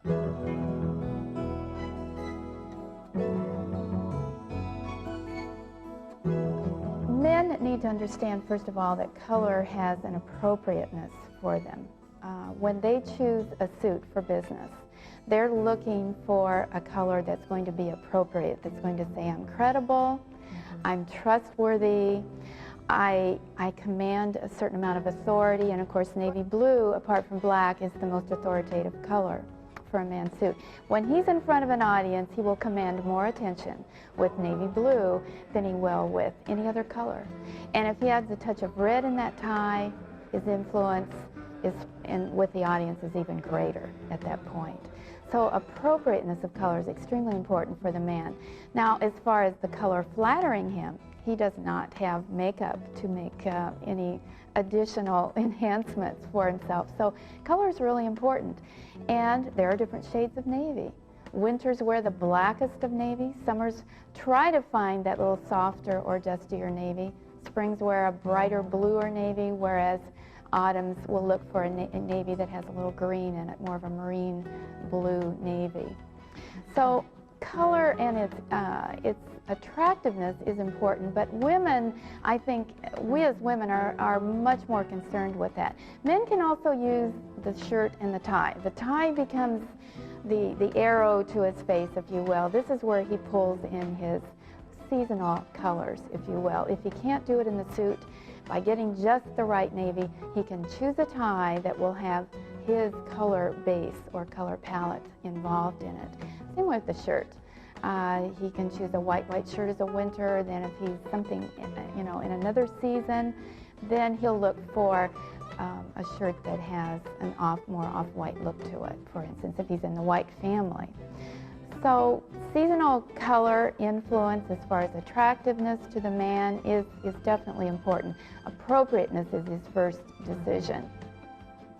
We have more flexibility in the color choice, as long as it's enhancing what we have done as far as our skin tone, making us look younger.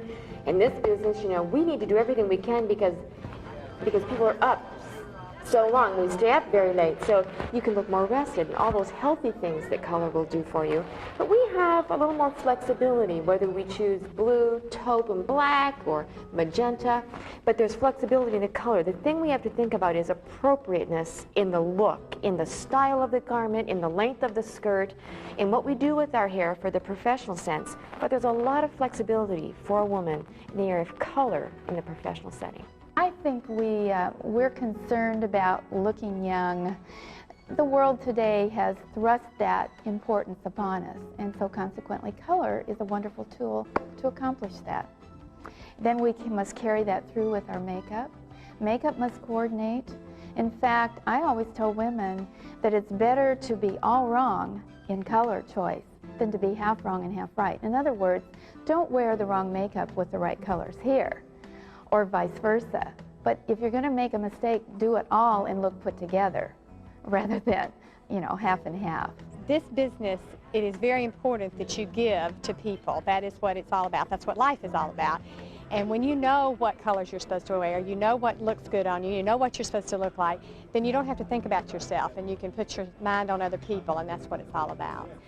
Based on the part of the country you're in. For example, when you're in a part of a country like Seattle where there is not a lot of sunshine and that type of thing, gray is not a successful color, but blue is for a man to work with. So you need to do a little reading, a little research to know how to, in a positive sense, manipulate your audience where you're at. The more worldly a person is, the more, as a man, the more he'll accept diversity of color. And the more rural or regional he is, the more he's going to be much more reserved and conservative in his comfort with color. When a dark-haired man wears a navy blue, for instance, he will look taller, slimmer, because the color will lead the person looking at that man to look at his face. His hair draws that, the darkness of the hair draws the eye upward. And then the contrast of his skin tone to the hair will then also be played up by the shirt, the tie, and the suit contrast. So there's an enhancement there that is created by color alone that is wonderful.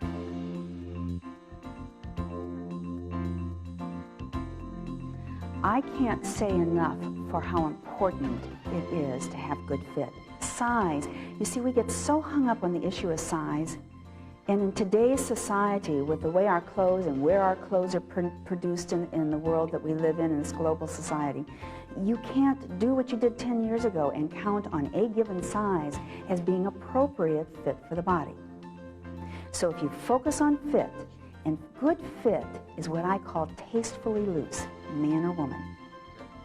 If we're talking about good fit, there are no pulls, no lines, no obstructive views of a garment on the body. Another good fit is simply that I can move freely without having to adjust a garment.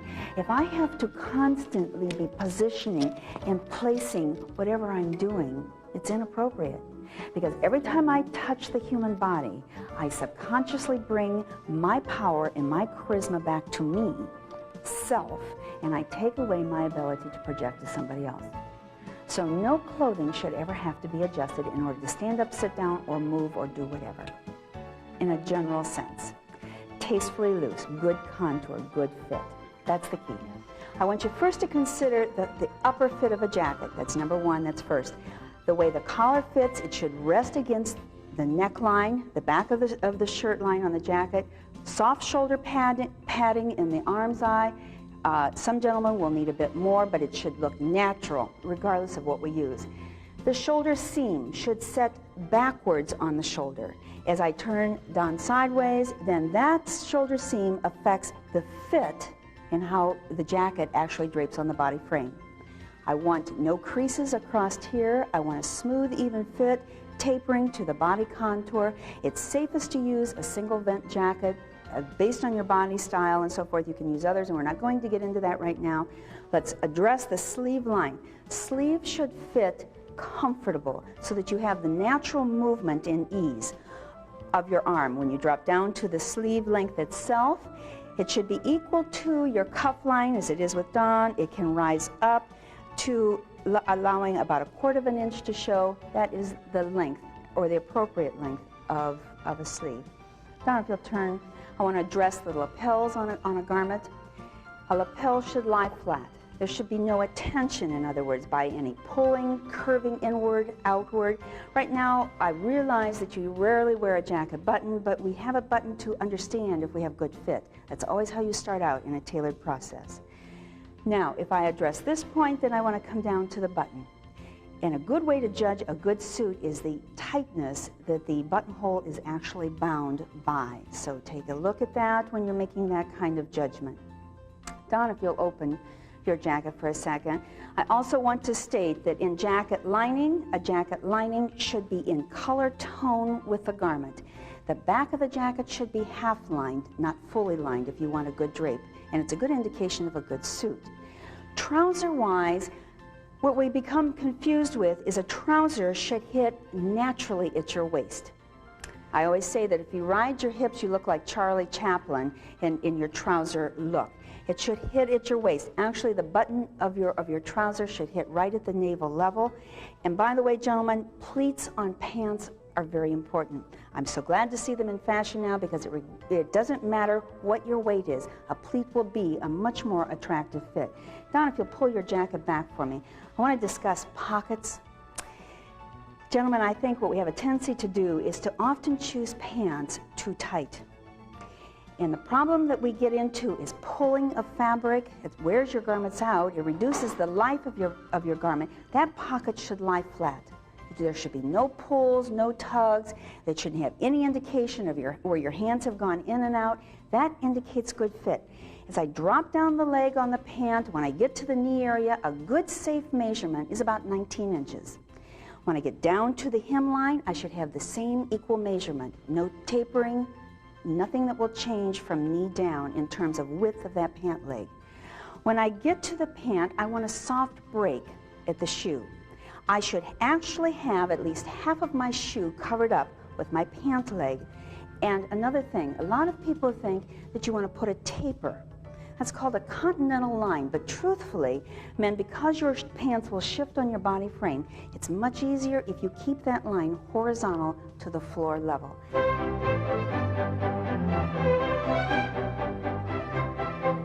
There's a word that describes what everybody wants.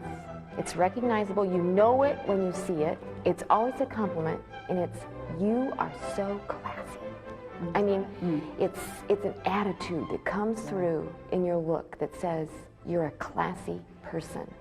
A first-class person. And this person has always given attention to detail. Right. That's the only way you can achieve it, really, is giving attention to detail, head to toe. That means hair, hairstyle. That means men get their hairstyle, not just cut. That means women choose hairstyles that are complementary, and men too, to their face shape, their body proportions. The shorter we are, usually the shorter the hairstyle needs to be, and so forth. So all of those things have to be taken into account as we look at the whole issue of classiness, from head to the finish of that shoe, keeping it polished, keeping the scuffs, keeping the soles or the heels replaced if that's the need. The biggest mistake a man makes when he starts to thin, and it's a natural tendency, is to try and hide that. I listen to the stylist over and over that when a man sits down and he has the courage, the strength to sit down and have somebody style their hair, they walk away, they look younger, they look more sophisticated. It's amazing. So if they're balding, big deal. It is not an issue at all. It really shouldn't be. It does, and if a man really struggles with that, then there are some excellent professional techniques, but he has to be willing to make that commitment, a good commitment, one that he is going to spend the dollars to maintain and upkeep. As his hair changes, it needs to change. And we're talking about the assistance of hair pieces and what have you. But you're going to find in this day and age, fewer men have a desire for that. They are working with the look that they have. They're maximizing that look.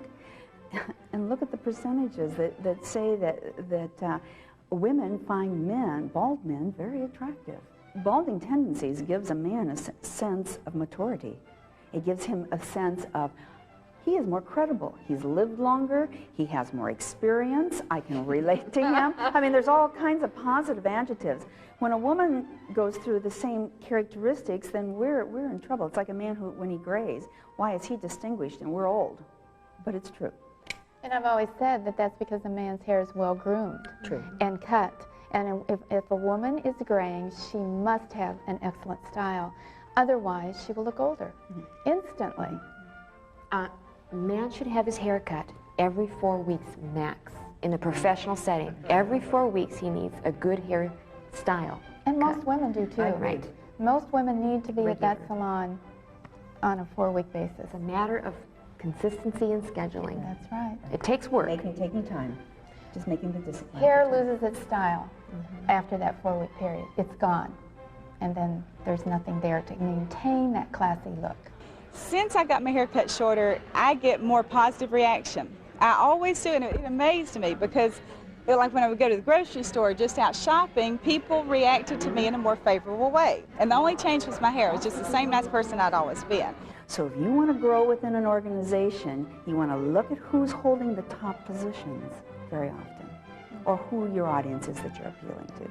That's the reason why a trimmed, shorter hairstyle is the most successful. You can go with what's going on in fashion. Right now, sideburns for men, really that's non-existent to an extent.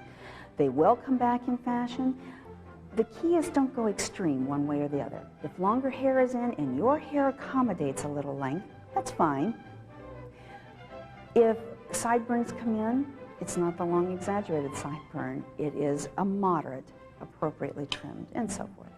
One of the things a woman needs to think about, and a lot of women are not aware of it in the professional setting, is hosiery. The color of hosiery chosen, making sure that it is a finishing touch and not the focal point of your look, making sure that the hosiery is an extension of the hemline and will move well into the shoe selection, making sure that the hosiery selection texture-wise has some lycra in it with some sheer. Professionally, that is the best choice. And frankly, a control top style pantyhose with lycra is the best choice because we look thinner. It's amazing, you know, you can purchase a garment at Kmart, put the right hose shade on with it, the right shoe shade, and you have $1 million look for you know, a minimal amount. It's all tricks of the trade. It's not a natural, it's not something we're born with, it's a learned process. And anyone can learn it, and that's the thing. Absolutely. It just takes desire and follow through, but we all can learn it. And some discipline. And some Not discipline. a word we always like, but some discipline. Well, good taste.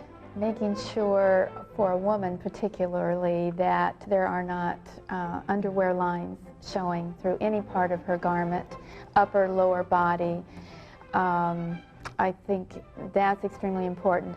Slip, that the slip, if she's wearing a slip, is not showing in the slit of the skirt. Right now, slit skirts are very, very fashionable, and so therefore if we're going to choose to wear a slip underneath that, it must not expose itself at all. So it's little good taste details.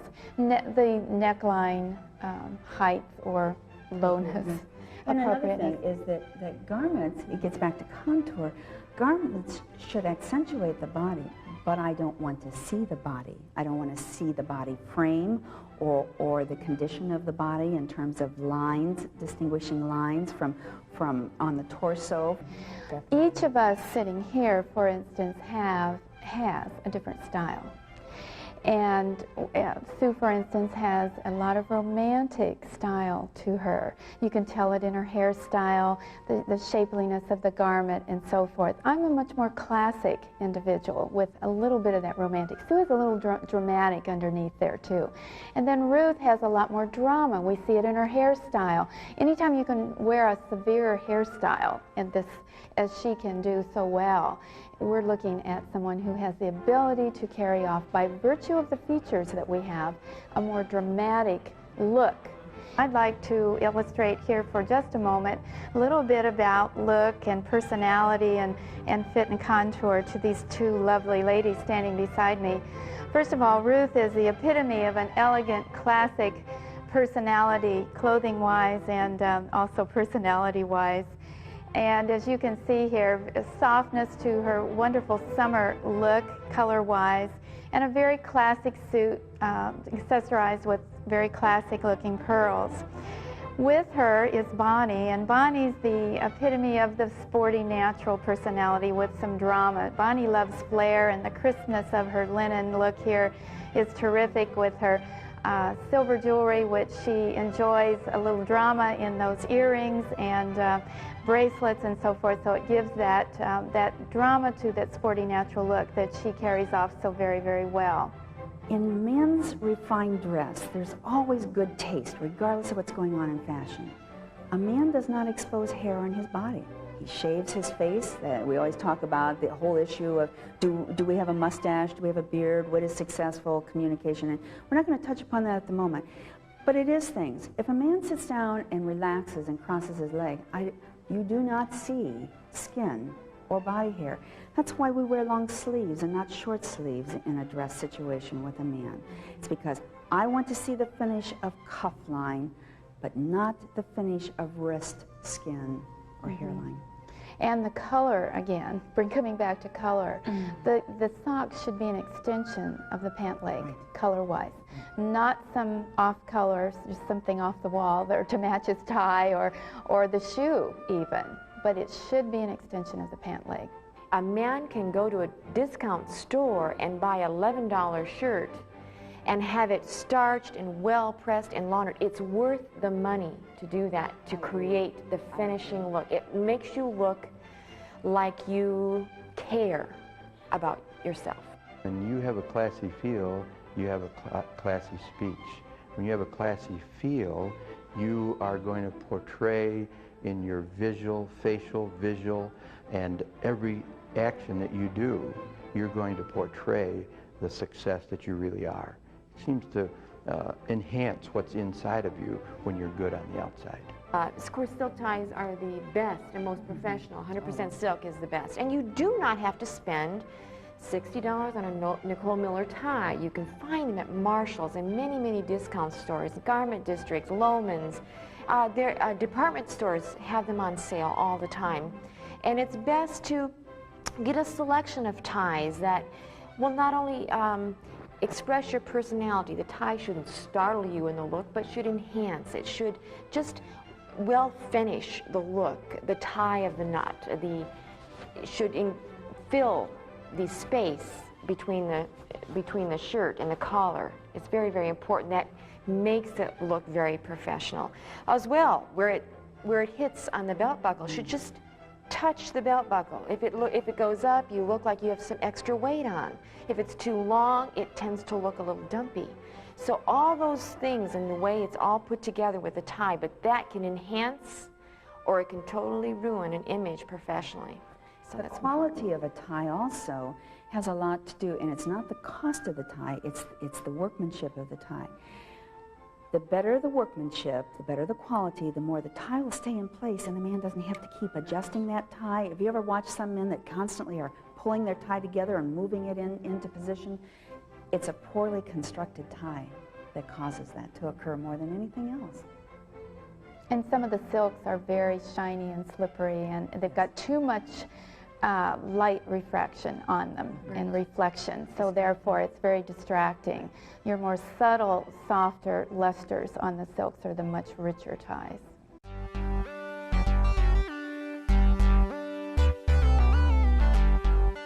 The confusion with the whole issue of cost in relationship to classiness. I think we believe that in order to really have a classic look that we have to be able to have the money to spend, and our goal is to work to have that money so that we can create that classy look, and that's the wrong approach. I said earlier that it's important that we are our best investment, and whatever we want to achieve, we've got to invest in self first. There are many people who don't think they're worthy of spending the money, or that other things should take the money first. Do be careful of that. I think it's important to, if you live by a budget, then there should be a budgeted amount of money taken aside that will focus on updating and keeping yourself current. For a man, it's easy. He can do it in his details, in his finishing points. I would rather see a woman or a man own 2 pairs of glasses than a new suit, many a time, because they can express themselves through glass frames, and 65% of all people wear glasses. And 65% of all people look better in glasses than out of them, if they're the right ones. If they're the right ones. So glasses, accessories become a very important investment. I can't state enough. Please do not think that the price tag or the designer is going to be the indicator of the quality, because it is not. If you read the consumer reports that have come out in recent times, go to the library, if nothing else, and pull the articles out. There was an excellent article done in September of '92 on the whole ability to choose a good suit, man or woman. Excellent. And it was amazing that places like JCPenney's came out with some very high ratings with some of their suits, as well as some of the top designers available in the marketplace. My mother did not believe in makeup, and so I knew nothing about image. And always wanted to, and I thought if I had more money I could look better, but then I just found out I had more expensive mistakes. It's not how much we have, it's the choice that we make with the amount of dollars that we have to spend. It's buying the best quality you can buy for the amount of money you have. It's having a few good looks that every time you get, we wear 80% of the time 20% of the clothes we own. If that's true, then why not maximize that 20%? That's what most of us do here. I have fewer clothes today than I did 10 years ago. I feel better about myself today, day in and day out, than I did 10 years ago. Man or woman, it makes no difference. Image is a process built on a solid foundation over time. By applying correct principles, anyone can reap their heart's desires, whatever they may be. All it takes is dressing your dream. These three guys were going to rob a bank, and they decided to dress the one up as a policeman out in front. So the two went in to rob the bank, and so the one is out there in front, and he's feeling real nervous, and a little old lady went by and said, "Hi, Mr. Policeman." He felt real nervous. He looked around, and pretty soon the little boy came by and said, "Hi, Mr. Policeman," and then he realized it was his uniform that they were responding to. So he started rocking back and forth on his heels and swinging his stick, and more people going by and say, "Hi, Mr. Policeman." He says, "Hi, nice day," and all this stuff. Well, about then, the two guys, buddies, come running out of the bank with the money, and he pulled his gun and shot both of them. So I think to an extent, clothes do make the man, or for sure create that image. But I want to tell you that it is not just ladies. Men ought to be concerned about the way they dress and the impact upon the crowd.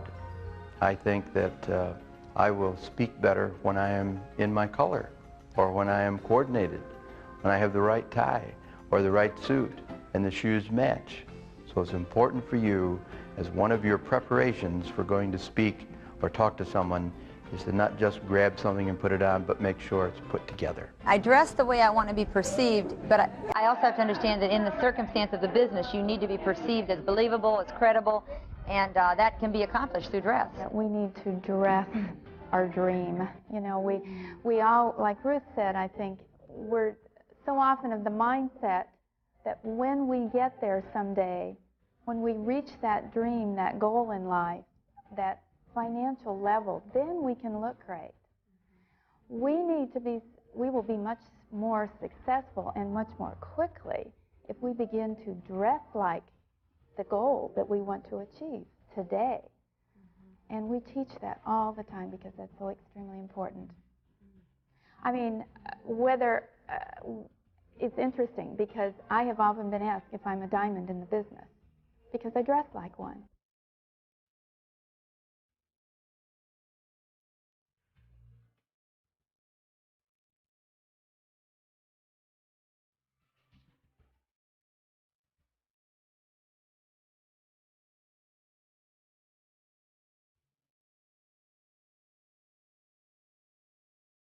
For more information regarding Crowning Touch seminars, please contact your upline.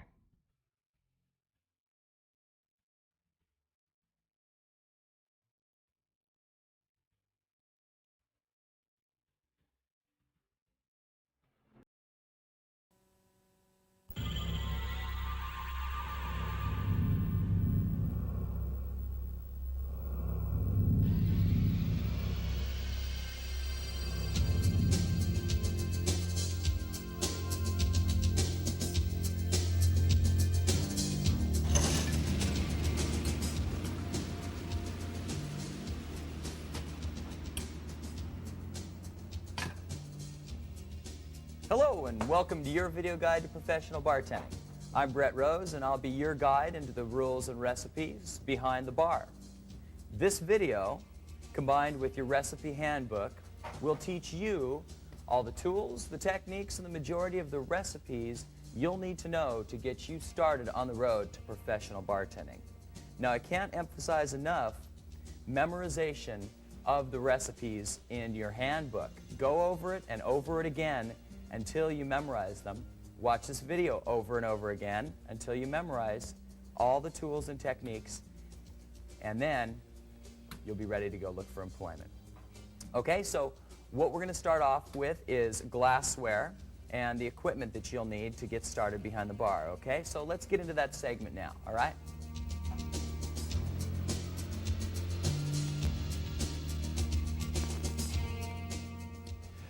Okay, now we're going to introduce you to all the glassware you'll see behind the bar. First off is the shot glass, used for straight shots, such as a shot of tequila, a shot of bourbon, or a shot of schnapps. Next, we have the rocks glass, used for drinks like a bourbon on the rocks, a martini on the rocks, or maybe an old-fashioned. All right, that's the rocks glass. Next is the bucket glass. Customers, when ordering, will ask you to use a bucket glass for their drinks, like possibly a margarita on the rocks or a screwdriver in a bucket glass. All right, that's the bucket glass. Next, we have the Collins glass, or tall. This glass is used for possibly a Harvey Wallbanger, a vodka Collins, or your customer might just request their drink served tall. You'd use this glass. All right, it's a tall glass. Next is the martini, or up glass, used for martini up, a Rob Roy up, or any drink chilled and strained up. You'd use this glass. Next, we have the foo-foo glass, or daiquiri glass, used for blends like a toasted almond, a chi-chi, or a frozen banana daiquiri. That's a daiquiri or a foo-foo glass. Next is the margarita glass. Margarita glass is used obviously for a margarita, be they strawberry, peach, banana, or plain lime margarita. Next is your cordial glass. This glass is used for drinks like a peach schnapps or a blackberry brandy. It's an aperitif glass, also used for ports and sherries. All right? That's your cordial glass. Next, we have the fluted champagne glass, used for a mimosa or a champagne cocktail or just a glass of champagne. All right? Fluted champagne glass. Next, we have the red wine glass. The red wine glass is a little wider mouthed, so the red wine is allowed to breathe. All right? That's your red wine glass compared to the white wine glass. Notice how the white wine glass is a tiny bit more narrow. All right? A red wine glass and your white wine glass. Next is your brandy snifter. The brandy snifter is used for a heated brandy or possibly another heated drink of sorts. Okay, that's the brandy snifter. Next, also for a hot drink, is your Irish coffee or your hot drink coffee cup. Used for an Irish coffee, Bailey's and coffee, or a snuggler. All right, that's your hot drink glass. Next, we all know this one. That's your beer mug. Beer mug used for an ice cold beer. Okay, now we know all the glassware.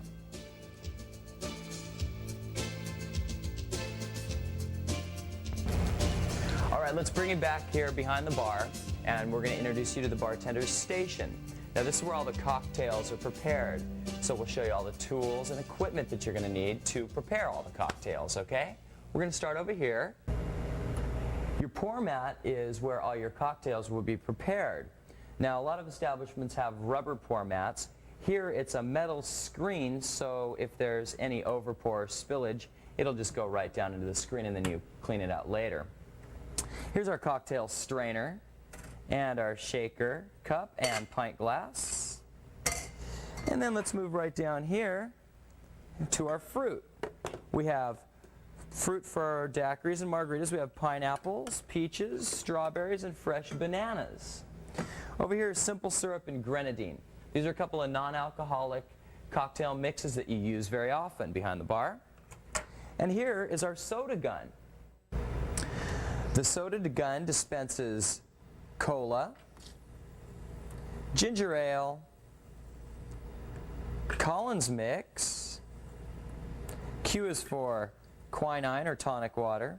I is an extra button. Root beer is on I here. 7-Up, water, and soda water, okay? And that's your soda gun.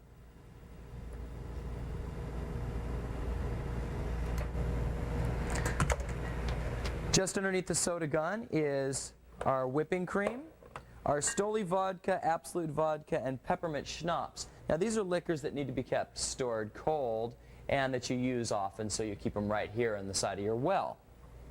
Here's our ice bin and our ice scoop. And right next to our ice here on the other side is half and half, sweet and sour, a storm pour, juice pour. It's got orange juice in it. This, you'll see juice pours like this in many bars, and our Bloody Mary mix. Now here in this establishment, there's a juice gun. Now this is your juice gun. Not all establishments are going to have these juice guns, but if you do come across one, you'll want to know what they dispense. Here, L is for lemonade, P is for pineapple juice, there's water, C is for cranberry juice, G is for grapefruit juice, O is for orange juice, S is for sweet and sour, and PC is for pina colada mix. Okay? That's your juice gun. And that's stored in a little holster right here, as is the soda gun behind me. Up here is the garnish tray.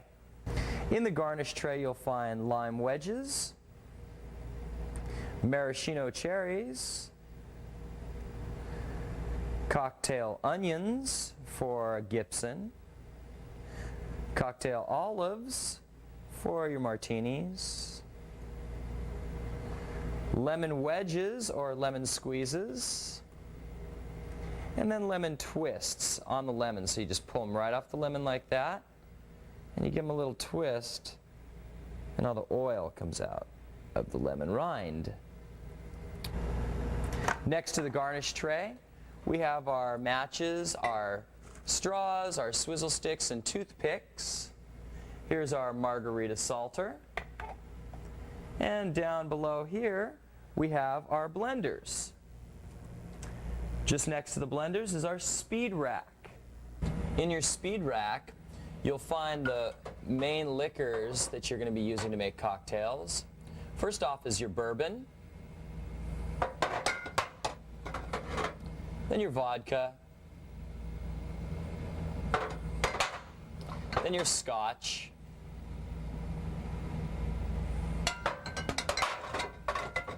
then your gin, then your rum, then your tequila, then your brandy. And those are the 7 main liquors you're going to find in your speed rack. They are all premium, you'll find. And also in your speed rack, you'll find very probably Kahlua. It's a coffee liqueur used in many cocktails, mixed nicely with vodka and brandy. You'll find triple sec. You'll find gimlet mix, which is just lime-flavored non-alcoholic mix. And you'll find your sweet vermouth and your dry vermouth. Now behind the well is the back bar. In the back bar we have the hot coffee and the hot water, so you can make your hot coffee and hot drinks. Right above are some glassware. And right over here we have some premium liquor and liqueurs. This is where all your premium liquor will be stored in the back bar.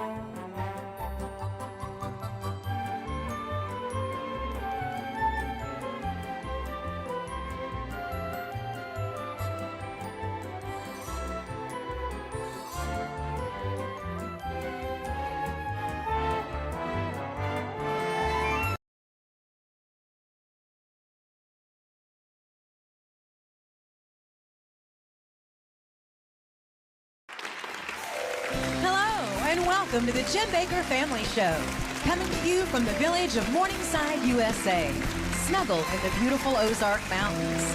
Today is day 2 with our special guests, Josh Peck and Dr. Ken Johnson. Our co-hosts today are Marisela Woodall, Mondo de la Vega, and I'm Tammy Sue Baker. And now, direct from Gray Street at Morningside, USA, here's your hosts, Pastor Jim and Lori Baker. Tammy Sue, come here a minute. Okay. Welcome everybody to Gray Street. So glad to have you here. Yeah. Could you come here a minute? I need a little bit of a song. What do you need? What song do you need? I need "Don't Give Up on the Brink of America." Oh, boy. Oh. Because we've gone through a big bump in the road the last few weeks, and we're not giving up. That's right.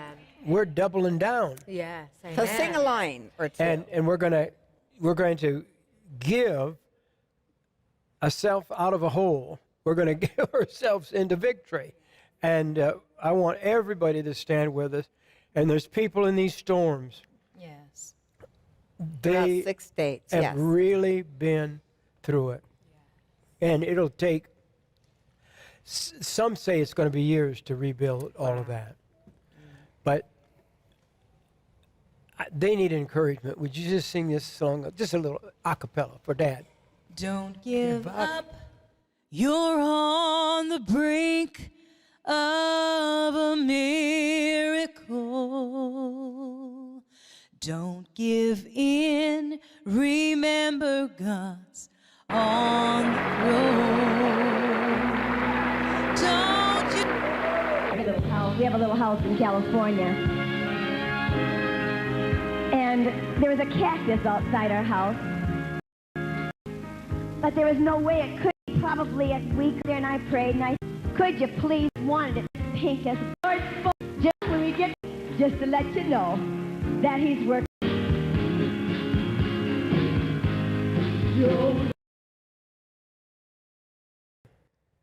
And the press was on me, and the hell was beyond, you know what it was. Yeah. And that song, here, "Don't Give Up," and I was in the midst of the whole world collapsing around me. But that song said, "Don't give up." And I was on the brink of a miracle. Oh, God changed my life. And God prepared me for this hour to teach and preach the revelation. And so I'm not giving up. Amen. Amen. I'm not giving up. On the brink of a miracle. And that song's for you today. Amen. I love you. So I had Tammy Sue sing that for you. And I want to thank all of you that are praying for the people in this horrible tornado. It's one of the signs of the times. Yeah. It's one of the great signs of what the Lord talks about. These things in great disasters, in diverse places. That means many places. And this tornado is probably one of the longest in history. I don't know what the longest in history was, Mondo. Do you know? We don't know, but this one was recorded at least 230 miles long. Wow. This is something devastating. I mean, it just wiped out the earth. Absolutely. Just wiped out miles. Mayfield, Kentucky. That's just one area. We haven't even talked about the other areas where people were affected. But one of the most powerful things are taking place. There was a gentleman by the name of Jordan Bays, and his whole home was destroyed, but yet his piano was sitting there. He walked over to his piano. This gentleman by the name of Jordan was playing on his piano. The roof was gone from his house. His home is shattered. Guess what hymn this gentleman was playing? What? This is one of the most powerful things to remind you that God is still involved no matter what is going on. But the hymn was called "There's Something About That Name." That's my favorite. That's my favorite. Isn't that powerful? That's good. Yet we're going through a storm, totally but God's people rejoice in the middle of a storm. Amen. And there's something about His name that no matter what you're going through, when you say His name, He shows up. And this is what's happening. We're seeing churches show up. We're seeing this ministry show up in the time of need. And when we get Pastor Joe involved, Jim Baker involved, you involved, Bishop Ron Webb, I tell you what, God shows up in a time of need. And this is what's happening right now through this whole nation. The church has to be the answer in a time of need. We're putting together a whole truckload within the next 24 hours. We got people working here. Marcella, you've been inventorying, finding what we can dig out. We're sending food. We're sending all kinds of toys. Coats. We ordered about 500 coats from the coat company. And so this is wholesale, so we get them right away. And we're just going to step out and say, we're going to help. And I know you that'll help me to help these people. When you do something for somebody that can't help you back, there is such a reward in that. You sow that as to God. It's going to be a blessing for your home. It's going to be a blessing for your life. And I believe as we do this in the midst of our need here, and we're talking about our SOS offering this week of that $1,000, that if people do that, we're going to see our station stabilize. We've kind of had an earthquake in our network, but it's going to be fine. We're going to make it. We just trim back a little bit, but if we're missing in your area, just find us somewhere else. Please go to the website. Absolutely. They can go there. Make sure to visit ptlnetwork.com. There, you're going to find the Voice of the Prophets Network, or you can download the app on your phone or on your iPad, and make sure you go to the channel listings for your area to find the program, the Jim Baker Show and the PTL Network. You can also download the channel on Roku or Apple TV on Android, or, of course, most people have iPhones, but I'm telling you, download the PTL Network app on your phone, on Roku, and watch this program 24 hours a day, 7 days a week. And again, ptlnetwork.com to get your channel listings for your area. The people are without water, power, so many things.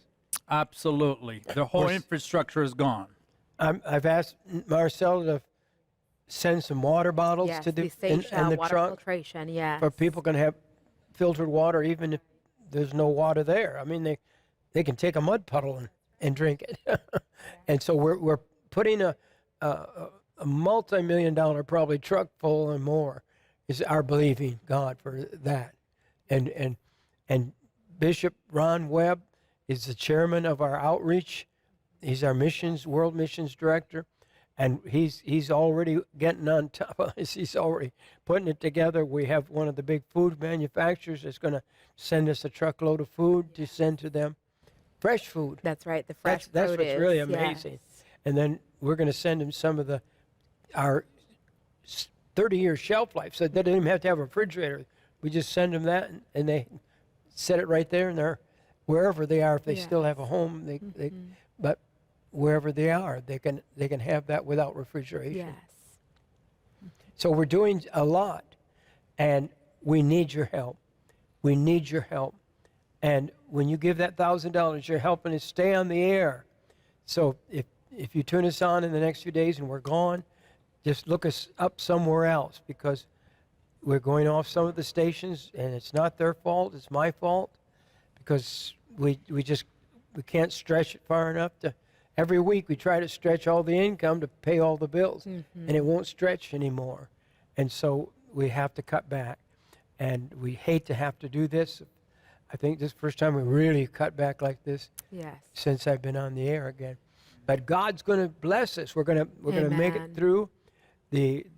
Our new network is going strong, and our ministry is on that network as well. So you're doing a blessed thing when you build in the midst of my stroke. You help me build another network. Amen. And this is really what I call my rapture network. Yes. It's the network to bring in the coming of the Lord. That's right. And that network is on the air and strong, and I believe it's going to be on the air till Jesus comes. Amen. Amen.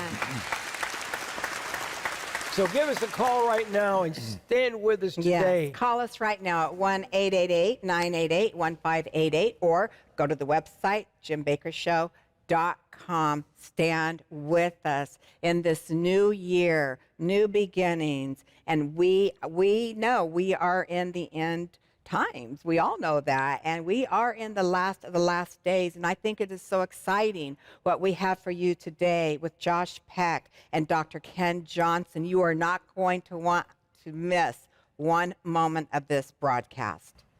Josh Peck is a documentary filmmaker and author with Skywatch TV. Dr. Ken Johnson is the author of over 30 books. I got it right today. Biblical and extra biblical texts. He studies the history as well as the foundation.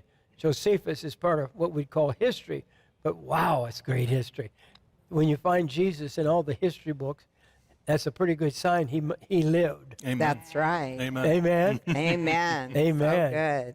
Josh, would you consider the Dead Sea Scrolls as lost Jewish history? What would you consider them? Yes, and this is actually one of the most important reasons why I wanted to put together this book, because there's a whole section of Jewish history that's lost, and most importantly to the Jews themselves. A lot of Jews today are Orthodox, which comes from Pharisaical teaching, or they're secular atheists.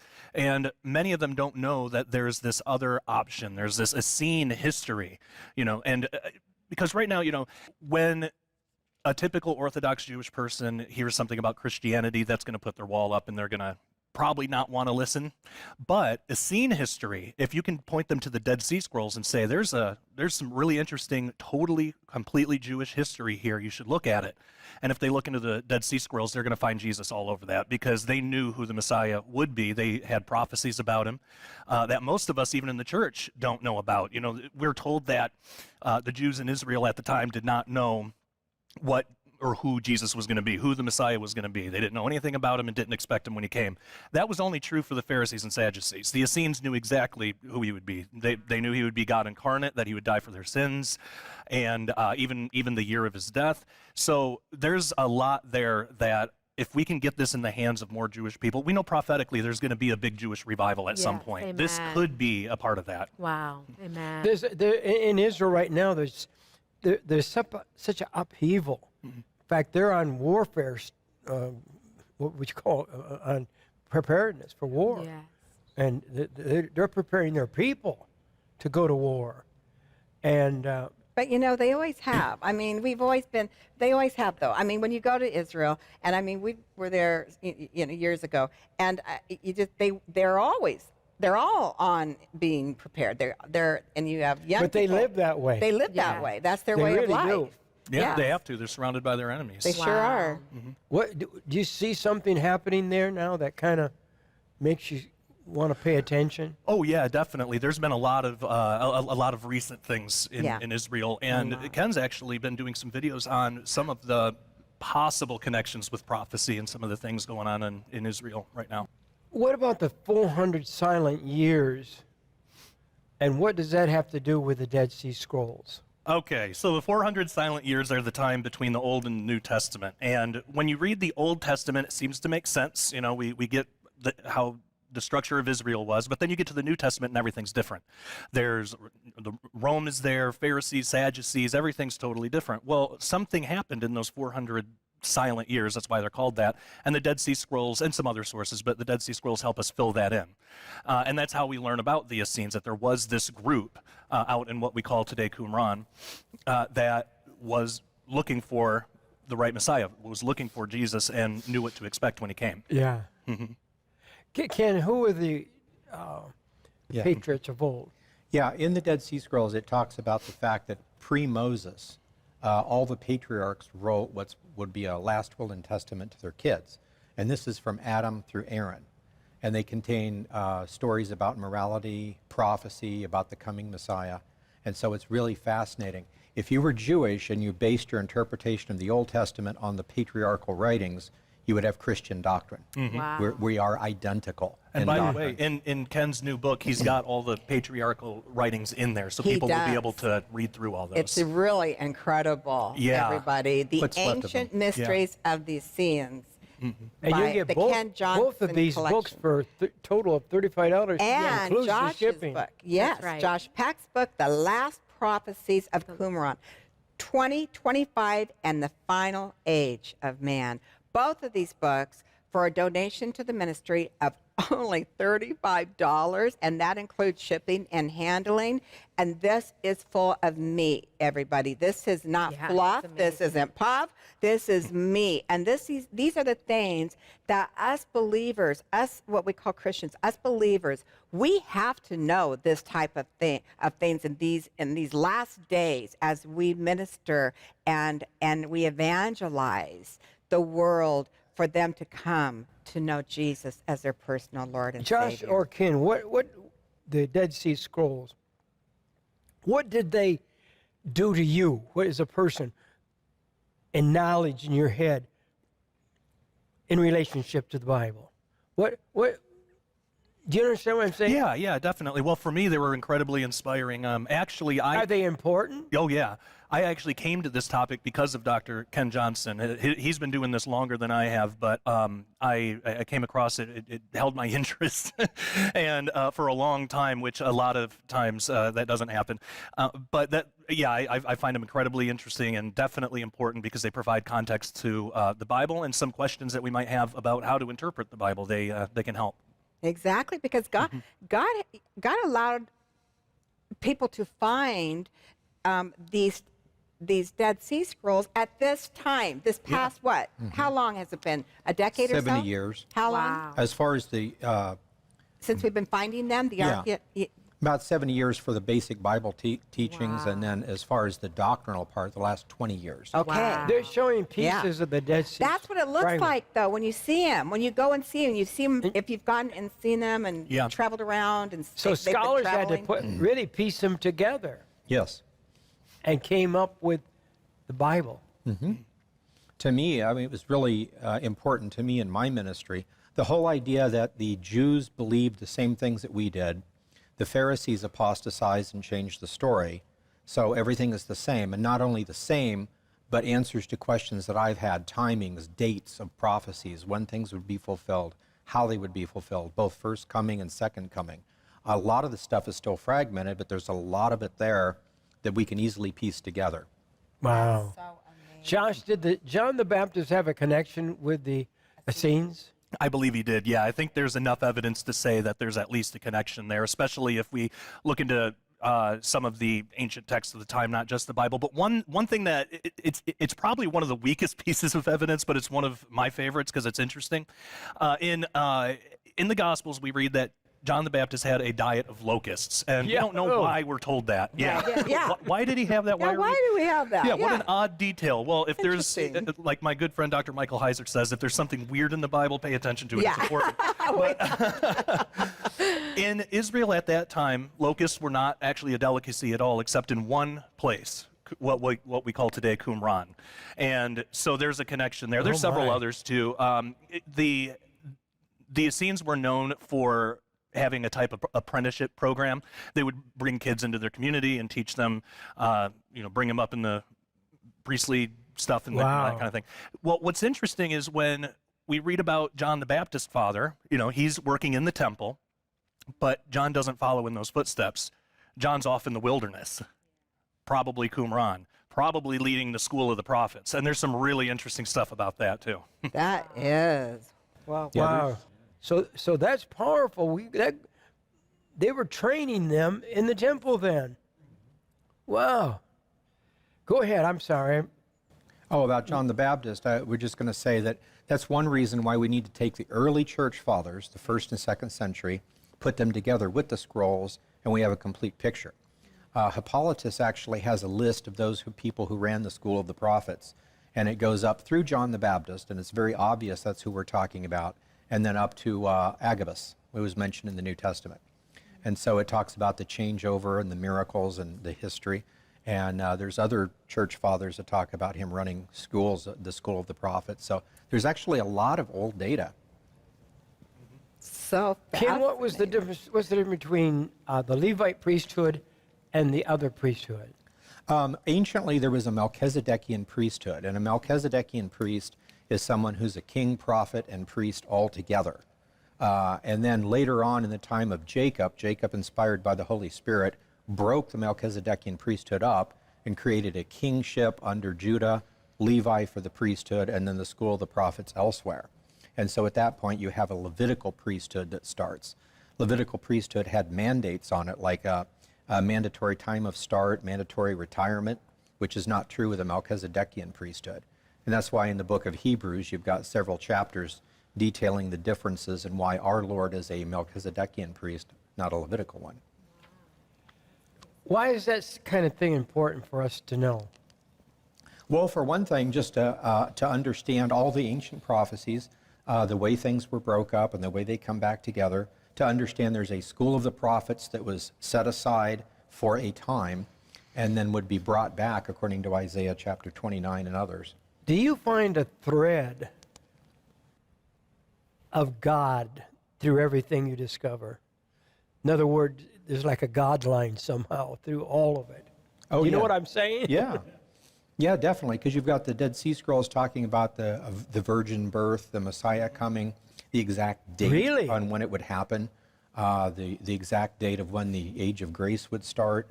And they actually called it that, too. Yeah, they actually called it that. Yeah. Wow. That's powerful. It is.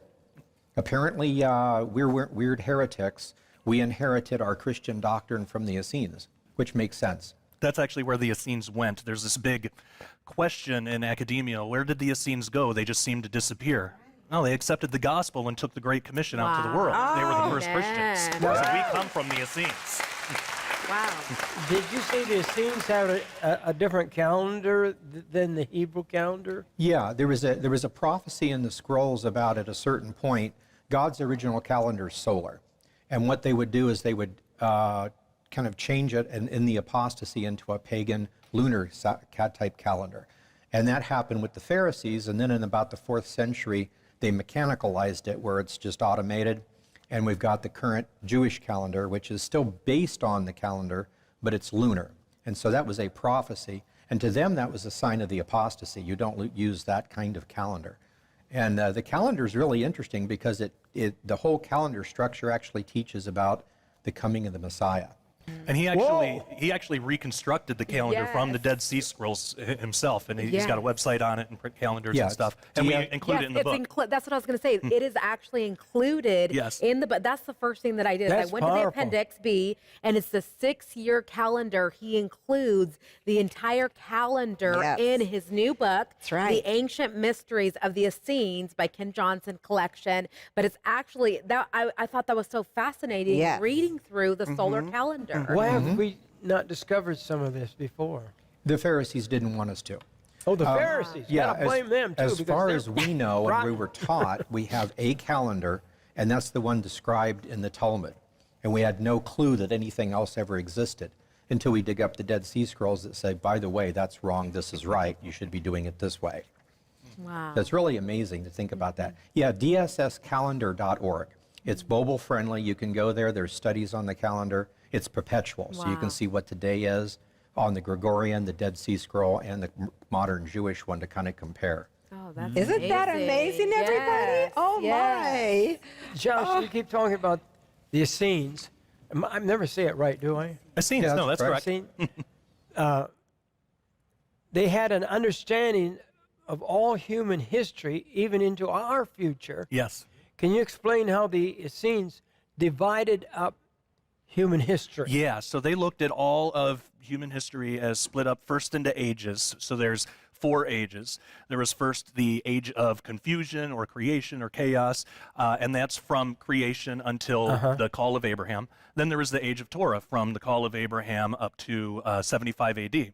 And then there's what we're in now, the age of grace, or the church age, which, according to Essene understanding, if they're right, if their calendar is right, and if we're understanding it correctly, our age ends in 2075. Now, what's really interesting about that, going to the subtitle, 2025 and the final age of man, another division of time they had are called jubilees, which are 50-year periods. In the last jubilee of the age of Torah, which would have been from 25 AD to 75 AD, look at all the prophecy that's fulfilled. You have Jesus' entire ministry come really early in that last jubilee.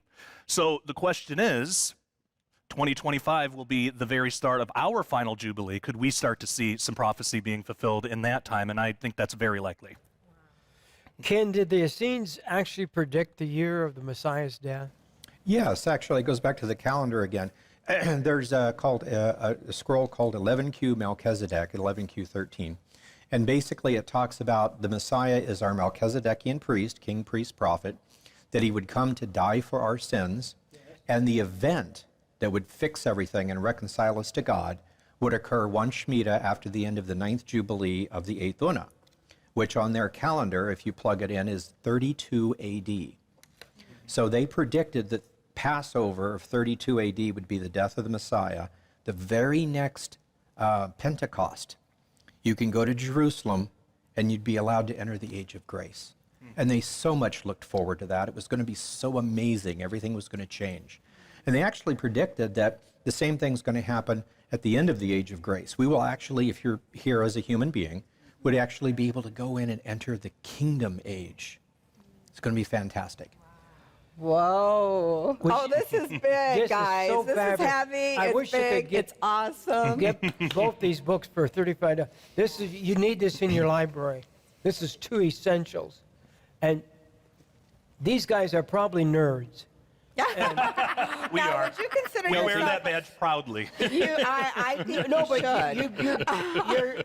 you I go love for the that. morsels. You dig out Yes. what other people The depth. miss. You know, everybody's looking for T-bone steaks, and you're looking for a piece of something. I'm just too curious. I just have to figure it out myself. But what you've already shared with us and what you've put in these books, do you ever get excited when you discover something like in the Red Sea Scrolls or Dead Sea Scrolls? Oh, yeah. Sometimes I can't go to sleep. I love it. Amazing. Just think about that. Yeah. Like one of the things, there's actually Psalms of David and sermons of David in the scrolls. Think about Most people don't know that. Wow. But I'd always wondered, how could David be a man after God's own heart, love the Lord, and not know about a Trinity? Yeah. Not know about the Messiah? Exactly. He did, apparently. Wow. He wrote about it. Wow. They're amazing texts. Yeah. Okay, that in itself just blows your mind, right? I mean, that in itself. You know, when I studied the big. Word over the last years, there's times when I just go crazy and have to jump up or something, you know. Do you get excited that I'm excited over the Word? Oh, amen. It's true. It's Look, he wrote a whole book right here. How could he not? But here's the crazy thing. Kids get excited over fiction Yeah. and movies in the theater, and it's all vapor. Yeah. It's all film. It's all unreal. And yet we've got something that's real. Yes. Amen. And that's something to really get excited over, I believe. Amen. Yes. Amen. Josh, how does Enoch and the apocalypse of weeks relate to the division of time? Yeah, so this is really cool. In the book of Enoch, which was found in the Dead Sea Scrolls, there's a prophecy called the Apocalypse of Weeks. And just for this specific prophecy, it splits up time a little differently into what's called weeks. But these are periods of 700 years. So each day of the week would be 100 years long. And you can read through the prophecy, and it spans 7,000 years. And we right now would be in roughly the middle of the 9th week. Every week before ours, I mean, it talks about the Reformation. It's really specific. And these were found. Somebody might say, well, maybe that was faked. But these were found in Qumran. They couldn't have been faked. So it's at least that old. There's no way that somebody could have known all this stuff. And so just for that prophecy, it splits up time a little differently. But it's so interesting because it says in our week, this would be the week where all the stuff basically we read in Revelation will happen, and the judgment of the angels, and then in the final week, within that week would be the kingdom. But it supposedly that the kingdom is supposed to start in this week. So we'll see, but it's really interesting how specific and how accurate the previous weeks in that prophecy are. And I write a whole chapter. I include the whole prophecy in the book and go into great detail about a lot, all of it, and it's just really interesting. So we're living in exciting times, and I think it's things like that that prove that. Again, what are some examples of prophecies in the Testament of the patriarchs? Ooh, lots of them. Some of the interesting things that I found was the idea that when the Messiah comes the first time, there will be a new canon.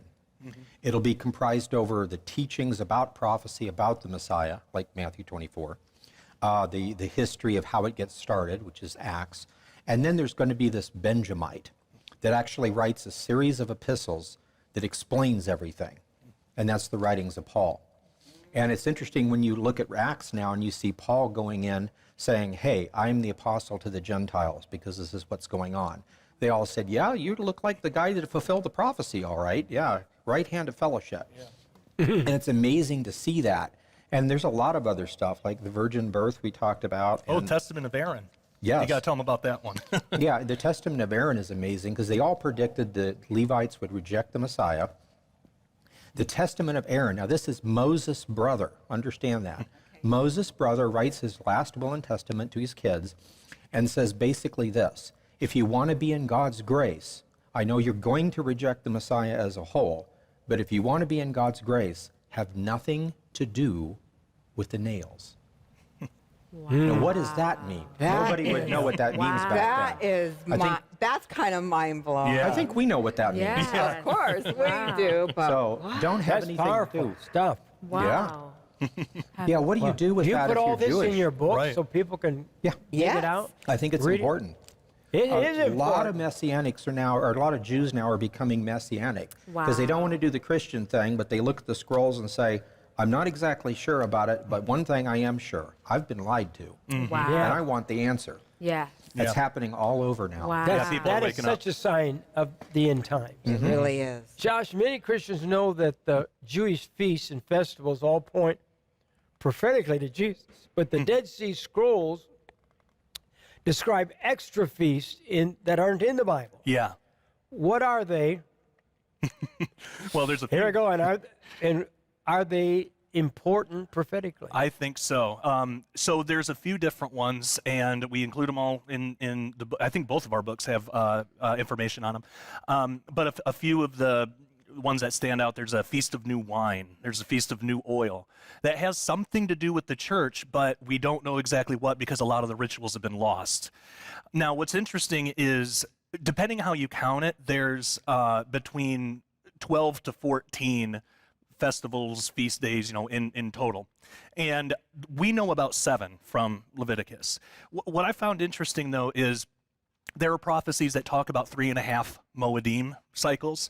A lot of times it's translated as 3.5 years, but it's not exactly years, it's cycles of Jewish feasts.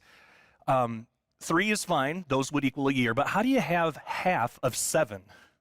Either the feast is complete or not. You could have 4, and you could do 4 festivals and have 3 left, or do 3 festivals and have 4 left, but you're not going to be exactly halfway. But if there's 12 or 14, then half a Moedim cycle is no problem. So I looked at some of those to see what connections we could have. There's something called the wood harvest, where all the tribes of Israel would come together to offer wood to the altar to keep the altar burning. But the real interesting thing, though, is how much information we don't have and why that might be. Why might it be that these feasts have been hidden? I think it's amazing, and I think we know exactly why. We're not supposed to know. If the law of Moses is still in effect and these things never existed, then we all need to follow what the Pharisaical rabbis tell us. If the age has changed and now we have a Melchizedekian priesthood based on the Messiah, they lose their authority. I think that's probably got something to do with it. Yeah. But what's interesting is you can actually find allusions, at least, to these festivals all over in the Old Testament. You just have to know where to look. So you always see wheat, barley, olives, and grapes, or oil and wine, grouped together all the time. Well, we know the wheat and barley festivals, we have those, but oil and wine.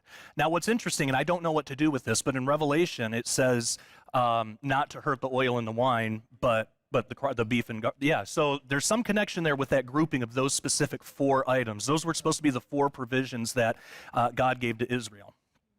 Oh, I've always wondered about that. Yeah. Well, I want to go to Bible school again. Me too. I want to study if you guys are teaching, I'll be there. I'm serious. I'm serious. And all of us can study under them with these 2 books. I mean, obviously, all of us can't go and sit at your feet and learn from you and have you tell us, but you can with their books that you put down. These are 2 necessary books. Absolute necessary. For your classes. What an amazing way to start the new year, by learning more what God is unveiling for such a time as this. We're building a library for you that you're building. That's right. As you get the books, as you watch our show. Yes. And the books we tell you. And if you get these books and you read them, you're going to know more than the average graduate from Bible college. Yes. I don't care. Absolutely. So true. I know what it is. When you go to Bible school, you're doing other things. You know what I mean? You got more. But now you have time to study and read, and you can know the Word of the living God. Josh, now, using the feasts and the calendar together, you have tried to piece together a prophetic timeline in your book. Generally speaking, what have you discovered? Well, generally speaking, there are some connections, especially in Revelation, but also Daniel and some of the other prophetic texts with the Dead Sea Scroll calendar. So again, those Moedim cycles. We get so many day counts in prophecy, 1260 days, there's 1335 or 2535. We get all these day counts, and so far what most people say is, this doesn't work on any calendar. How do we do this? It doesn't work on the Jewish calendar. There must be something wrong. Maybe there was a 360-day prophetic calendar. Maybe back when the flood happened, it knocked the earth loose. There's all these theories about why these would be different. But I went through, not every single instance, but many of them in the book. And every single one I've looked at works perfectly on the Essene calendar. So I think that was the original calendar, and I think that can help us understand the timing of prophecy a little bit more, because we can use that calendar and those day counts. So one small example, because the calendar has what's called a leap week. Instead, we have a leap day. Well, they had a leap week. The modern Jewish calendar today is a leap month. But because of that, we know every 5 or 6 years there's going to be an extra week. When you look at the day counts of the 2 witnesses, the only way those day counts work is if it's in the second half, because there's a big question. When do the 2 witnesses come on the scene? Is it in the first half or second half? And opinions are divided. It's not the most important thing in the world, but it's an interesting thing to talk about. But because of that leap week, the only way that it could be, if the Essene calendar is right and if we're understanding it, is it would have to be in that second half of the tribulation. So that's one small example of how we can use these to try to piece together some time of timeline to understand what's going on. More specifically, what do the 7th seal, the Day of Atonement, and the abomination of desolation, which we talk about a lot, have in common? Yeah, I actually think that these all happen on the same day. And this is another good example of how we can use those day counts and the calendar and the book of Revelation and Daniel and all this to piece this out. So Revelation 8 describes the breaking of the 7th seal, and the Dead Sea Scrolls actually say that angels perform heavenly temple duties at the same time as they were supposed to be performed on earth by the priests. That's why timing was so important, because these things happened at the same time. Well, if that's true, that would explain why we have all these heavenly temple scenes in Revelation with angels doing heavenly temple tasks. Well, what's really interesting is when the abomination of desolation occurs in Revelation, the angels are actually performing duties that sound a lot like what's supposed to be done on the Day of Atonement. So it's likely that that actually happens on the Day of Atonement. Also, using the Essene calendar, the prophetic day counts work out perfectly for that to happen on that day. So that might also explain what the silence of a half an hour in Revelation is, because if that's when this happens, this is when the Antichrist is desecrating the temple. And at that time, in that verse, it talks about the silence of half an hour. So piecing all these together, you wouldn't know that they would all happen at the same time just reading through it, but understanding how their calendar works, then we could see that all of those happen on the same day. That's likely right in the middle of the tribulation. Wow, Lori, don't you see how people, this was just filling gaps in their teaching? Yes. They need these books. If you're going to study, in fact, the Bible says study to show yourself approved unto God, a workman that needeth not to be ashamed, rightly dividing the word of truth. That means studying it, word by word. Even go to the Greek, go to the Hebrew, go to the very meaning, separate them very.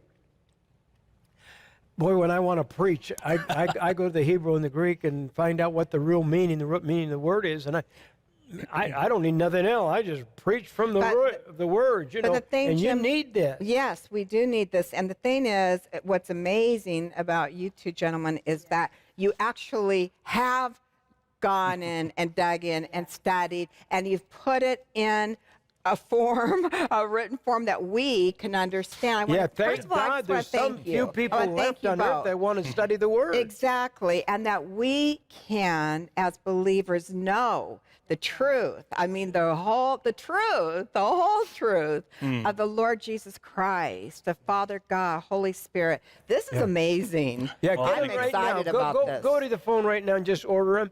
Otherwise, you'll forget. Right. Tomorrow, you won't do it. Right. You have good intentions. 1-888-988-158. That's right. So just call and order. For $35, you get 2 of these brand new books from these 2 guests today. Josh, what did you find out about the death of the 2 witnesses? I'm just curious about something. Yeah, now this is really cool. So this is really interesting. We might be able to pinpoint the day that they're actually raised, and it's with the Essene calendar. So there's certain kind of strange details in that prophecy about the death of the 2 witnesses. When they die, not only are people celebrating, but they're giving gifts, and there's specific elements of the celebration. I remember when we finally took out Osama bin Laden, everybody was happy, but I don't remember anybody giving gifts. You know, that's odd. And I remember when I used to read that prophecy, thinking, is that Christmas or something? What's with the gift giving? Well, actually, it might be Purim.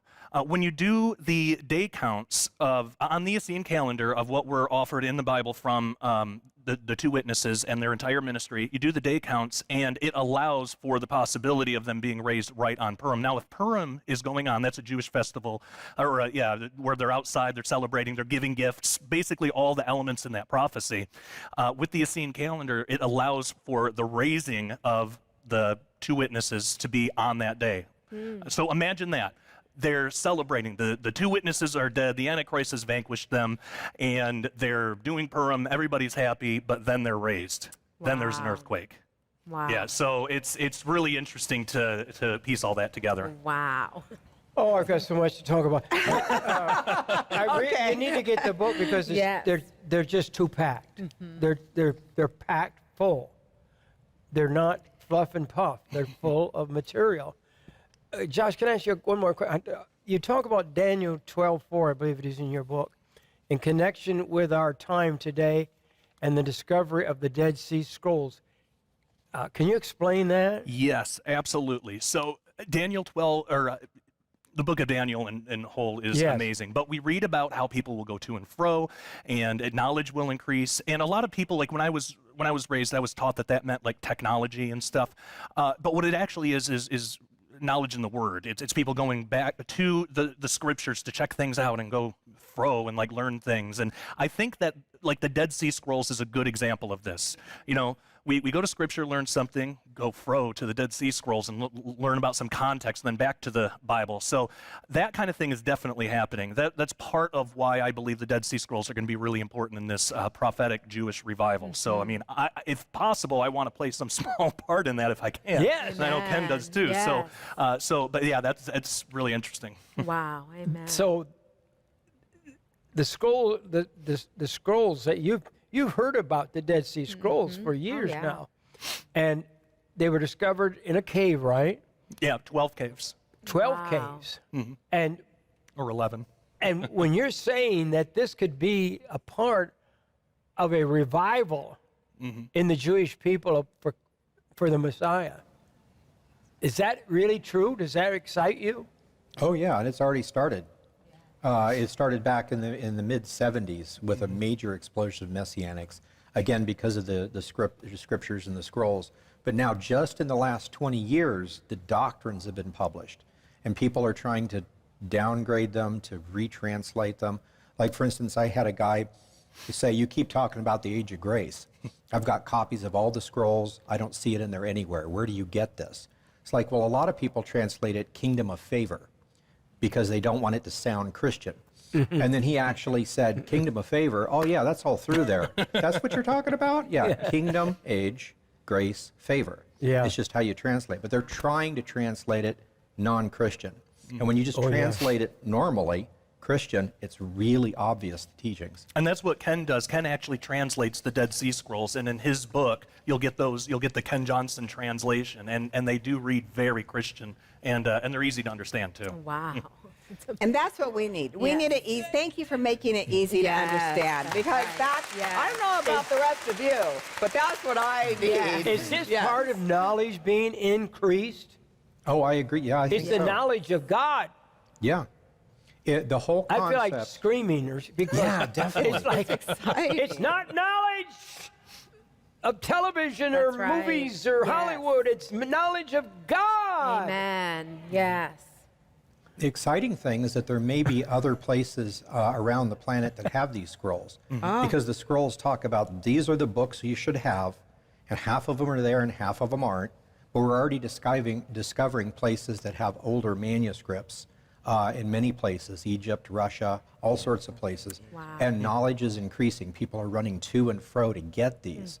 Major places, even Google is doing high-res resolutions of these scrolls. Wow. So everybody can read them. If you can read Hebrew, just go online, blow them up, actually look at them. You decide if it's a smudge or the letter A or whatever. So something's good coming out of the internet. Amen. The Lord's in control, and He can make that kind of stuff happen. Yeah. That's the thing. You know I call you nerds. Forgive me that. Will you forgive me that? Yes, that's because a good thing. you're intellectuals, you're teachers. Yes. And I appreciate it so much. What do you want people to take away from these two very deep books? Why did you write them? What for? What can they learn? Well, as far as our Jewish brothers, the whole idea is that you've been lied to. You don't pay attention to Christians, and that's fine. You have your ancient forefathers. Even the Testament of Noah has prophecy in it about Messiah and things. Just read it. You read it, and you decide for yourselves who's telling the truth. Good. And then the Apostle Paul says, eventually all Israel will be saved. That's Romans 11. That's going to happen, and we're seeing it in the beginning. Boy, the devil's trying to stop that, isn't he? Yeah, don't take anybody's word for it. Just read it for yourself. Then look at the New Testament. Don't pay attention to Catholics or Baptists or anything, but you read it for yourself. Decide. And the Holy Spirit will let you know. And for the rest of us, we already know the basic part of the story. I want the other stuff. Yes. Are there any dates on some of these prophecies, future prophecies? What happens? What order do they come in? What's the whole point? And some of that is in the scrolls. It's very clear. The Bible says that God does not want you to be taken unaware in the times of the end and when the Lord comes back. You can know. And that's why I get really excited when I study the Bible and you hit some points there. Whoa, boy, there it is. Okay, you asked the same question, John. Yeah, so for me, I mean, I would, obviously, that is number one on my list, too, what Ken said. Secondarily, I would just add, it helps us understand the times we're living in, because if we're correct, if the Essene calendar is correct, that we are entering in that final age of the age of grace, well, we can look at the age of Torah and see there was major apostasy near the end. And we can actually see what the apostasy was, what people were doing, how people were treating each other, supposed believers in God, how they were treating each other. Even the Essenes had some heretical factions that they had to deal with, and we write about that in the books as well. But we can look at that and understand our time today better and understand we are in the midst of an apostasy. And if we can see what the elements of that is, one big one is believers fighting with each other. If we can see the elements and know that it's apostasy, we can know to avoid it. So to me, secondarily, I think that's really important for us as Christians. Amen. That's excellent. Say that again. Yeah.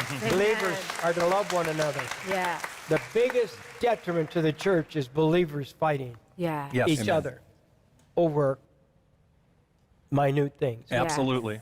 I want you to order the books right now. They're in stock, and for just $35. Yes. And that includes shipping and handling, and you'll get these books right away because they're in stock. So we want you to have them, and you put them in your library. There's going to be times when it's going to be dark. There's going to be times when you need maybe even candles to read from. Going to go back to the Dark Ages in some of the situations. Do you realize thousands of people right now, at this minute as we're talking, are without power? That's right. If they don't have candles or batteries or something, or our generators, they're in the dark. Yeah. Flashlights. Bishop Ron Webb was telling us this morning, people are going crazy trying to find flashlights. Oh, my. And here we spent year after year with this ministry offering flashlights to get prepared. I bet I've sent out millions of flashlights that charge up to the batteries. Solar flashlights, crank flashlights. You know, we keep them in our windows all the time. They're always falling out of the window. We leave them there with their solar panel. You know, they're right on the flashlight. We got to order some more. Yes. I want to send them out. But we've got to hurry. Our time's gone. I want you to help us with this SOS offering today. I want you to help me to stay on the air. Yes, amen. Let's defeat the devil. We can do it. Yes, amen. For you that care, I'm not asking for you people that hate my guts to help me. I'm asking for people that love Jesus and that love me. And, you know, the greatest way for nothing to happen is to do nothing. That's it. And we need help today. Amen. And this SOS offering, we're putting it out again. And a part of this offering is going to go to help us to send food, to send coats, to send toys, to send everything you can think of. We're putting a truckload together right now. We're getting a truck, and we're putting it together. We're already assembling the stuff here, and we're going to send thousands and thousands of dollars worth of stuff to the tornado zone. So I want you to say, Jim, here's my $1,000, help stay on the air, and use some of this to buy coats. Use some of this to help feed the hungry and to help rebuild this terrible tornado destruction. This is a sign of the last days. It's not going to get easier.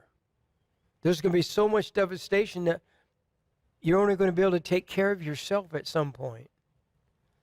But right now, we've got to take care of one another. God's ordained the church, and he's going to build his church. And in the last days, his church is the answer. God's people standing together, coming together, helping each other. Amen? Amen. So help me to do this. Help me to send toys. Help me to send clothes. Help me to send food. Help me to send water bottles for purification. That's and all right. these things. What else did I miss?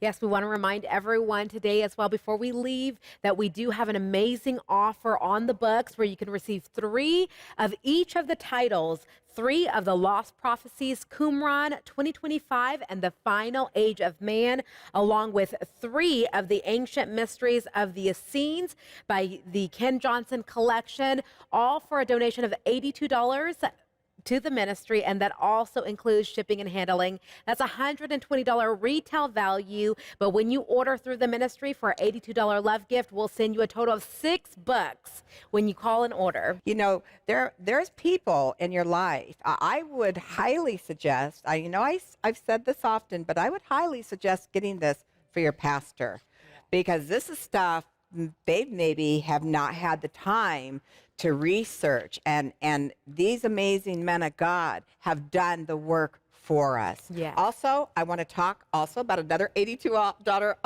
offer. Don't worry, honey, I'm getting there. And so he's like, come on. So is the New Living Translation test. What happened was after my mom passed away, I went into her home and I found her original Living Bible that she would carry to church that came out in 1971. And so I took it home and I started preaching to Jim out of Mom's highlighted her Bible. And so then we just had this brilliant idea. Well, he did, Jim did. And he said, what about the New Living? Could we offer that? Could we find that? Maricela got immediately on it within 24 hours. You were on it. And what happened? We received. That's right. We are now able to offer, which we've been offering, and we absolutely love the Bible. It's the New Living Translation, leather-like Bible, large print, and what we absolutely love is the app that is included. It's a 100% free app. Every single page, you can scan each page, and it takes you into 25,000 study notes, 350 videos, 400 profiles and articles as you dive into the Word of God. It literally, for me, I'm like, it just came to life. The Bible came to life, and all the study materials that are included in this offer. It's an absolute free app that comes when you order the Bible, but in this $82 offer, you're receiving 2 of the Bibles. So you'll receive 2 for a donation of $82. Plus, we're sending you a couple free bonuses as well to help your studies from Pastor Jim Baker on the book of Revelation. All of you ought to keep an extra one in a box for somebody's birthday. Or anybody's anniversary. I think that Bible is great for a wedding present. Yes, absolutely. And in that Bible, it's red letter, which I love so much. It has great maps and charts and all, and this app that is unbelievable, nothing like it in the world. That you can study the whole Bible. This is part of your assignment this year, is to study the Bible. And if we go off the air in your area, please look us up on Apple TV. Absolutely. Or just go to ptlnetwork.com and go to the channel listings that will show you where we are airing in your area. Or you can download the channel app on Roku, Apple TV, or you can download the app on your phone, iPad, and watch us there 24 Roku hours is a high day. quality. Absolutely. And it's on 24 hours a day. The whole network's there. That's right. The biggest, largest streaming network that is out there today, and you can download the PTL Network app. And that's just that app that you get from them. But Apple's free. Yes. That's right. And remember, when you go and you download the app or you go to PTL Network, we have over 50 different programs, and we are adding new programs every single. The entire Skywatch TV is on the PTL Network as well. We have amazing programs like Harry Stone's on the network, and so you're able to go there as well to see all the programs that are available through the PTL Network, the Voice of the Prophets. This is the way that you can help, support, and stand with our ministry. But that's so easy. If you need a Roku, seriously, call us 1-888-988-1588 and we will send you one to make it easy for you as well. We need your help. SOS. Please call us today. 1-888-988-1588. That's a toll-free number. Or go to our website. They could go to the website. That's right. JimBakerShow.com. We're over time. We got to go. We got to go. God loves you. He really does. Bye-bye for today. Bye-bye. We love you. Get your book. Thank you for watching today's program. We need your support now more than ever. Call us today, 1-888-988-1588. You can also write to The Jim Baker Show at P.O. Box 7330, Branson, Missouri 65615. Please make all checks payable to Jim Baker Show. Or you can make your donation and order of other products online at our website, JimBakerShow.com. Thank you for your continued prayers and financial support. It's because of partners like you that we can continue to broadcast the gospel of Jesus Christ around the world.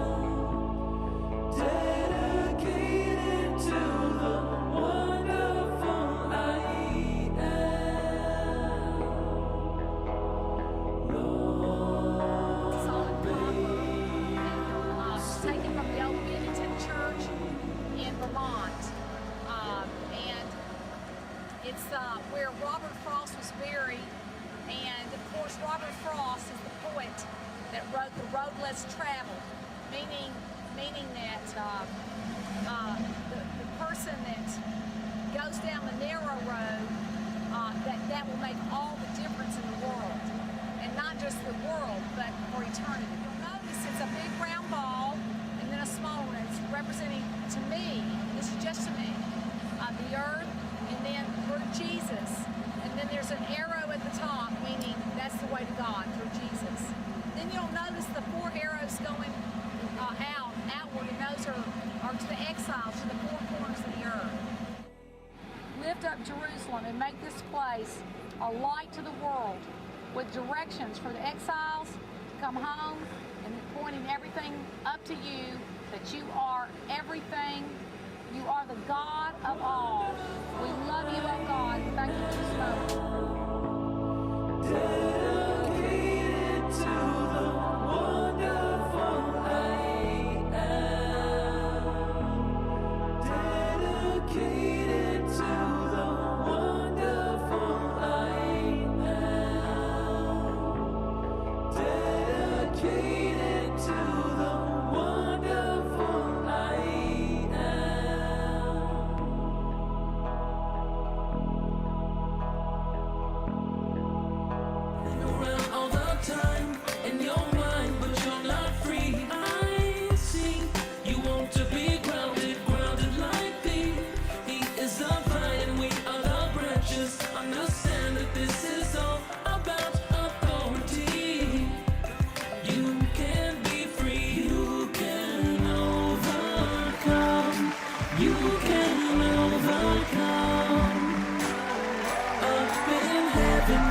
dance cause they're free, happy sing for eternity. Without God and His Son Jesus, everything is peaceful and lightness. Happy always doing His will, happy always doing His will.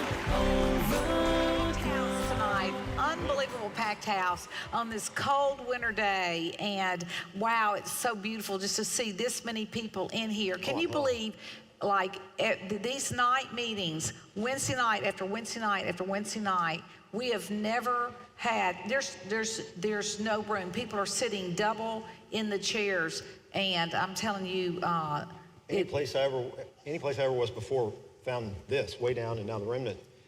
You were looking for reasons to get out of going to Wednesday night.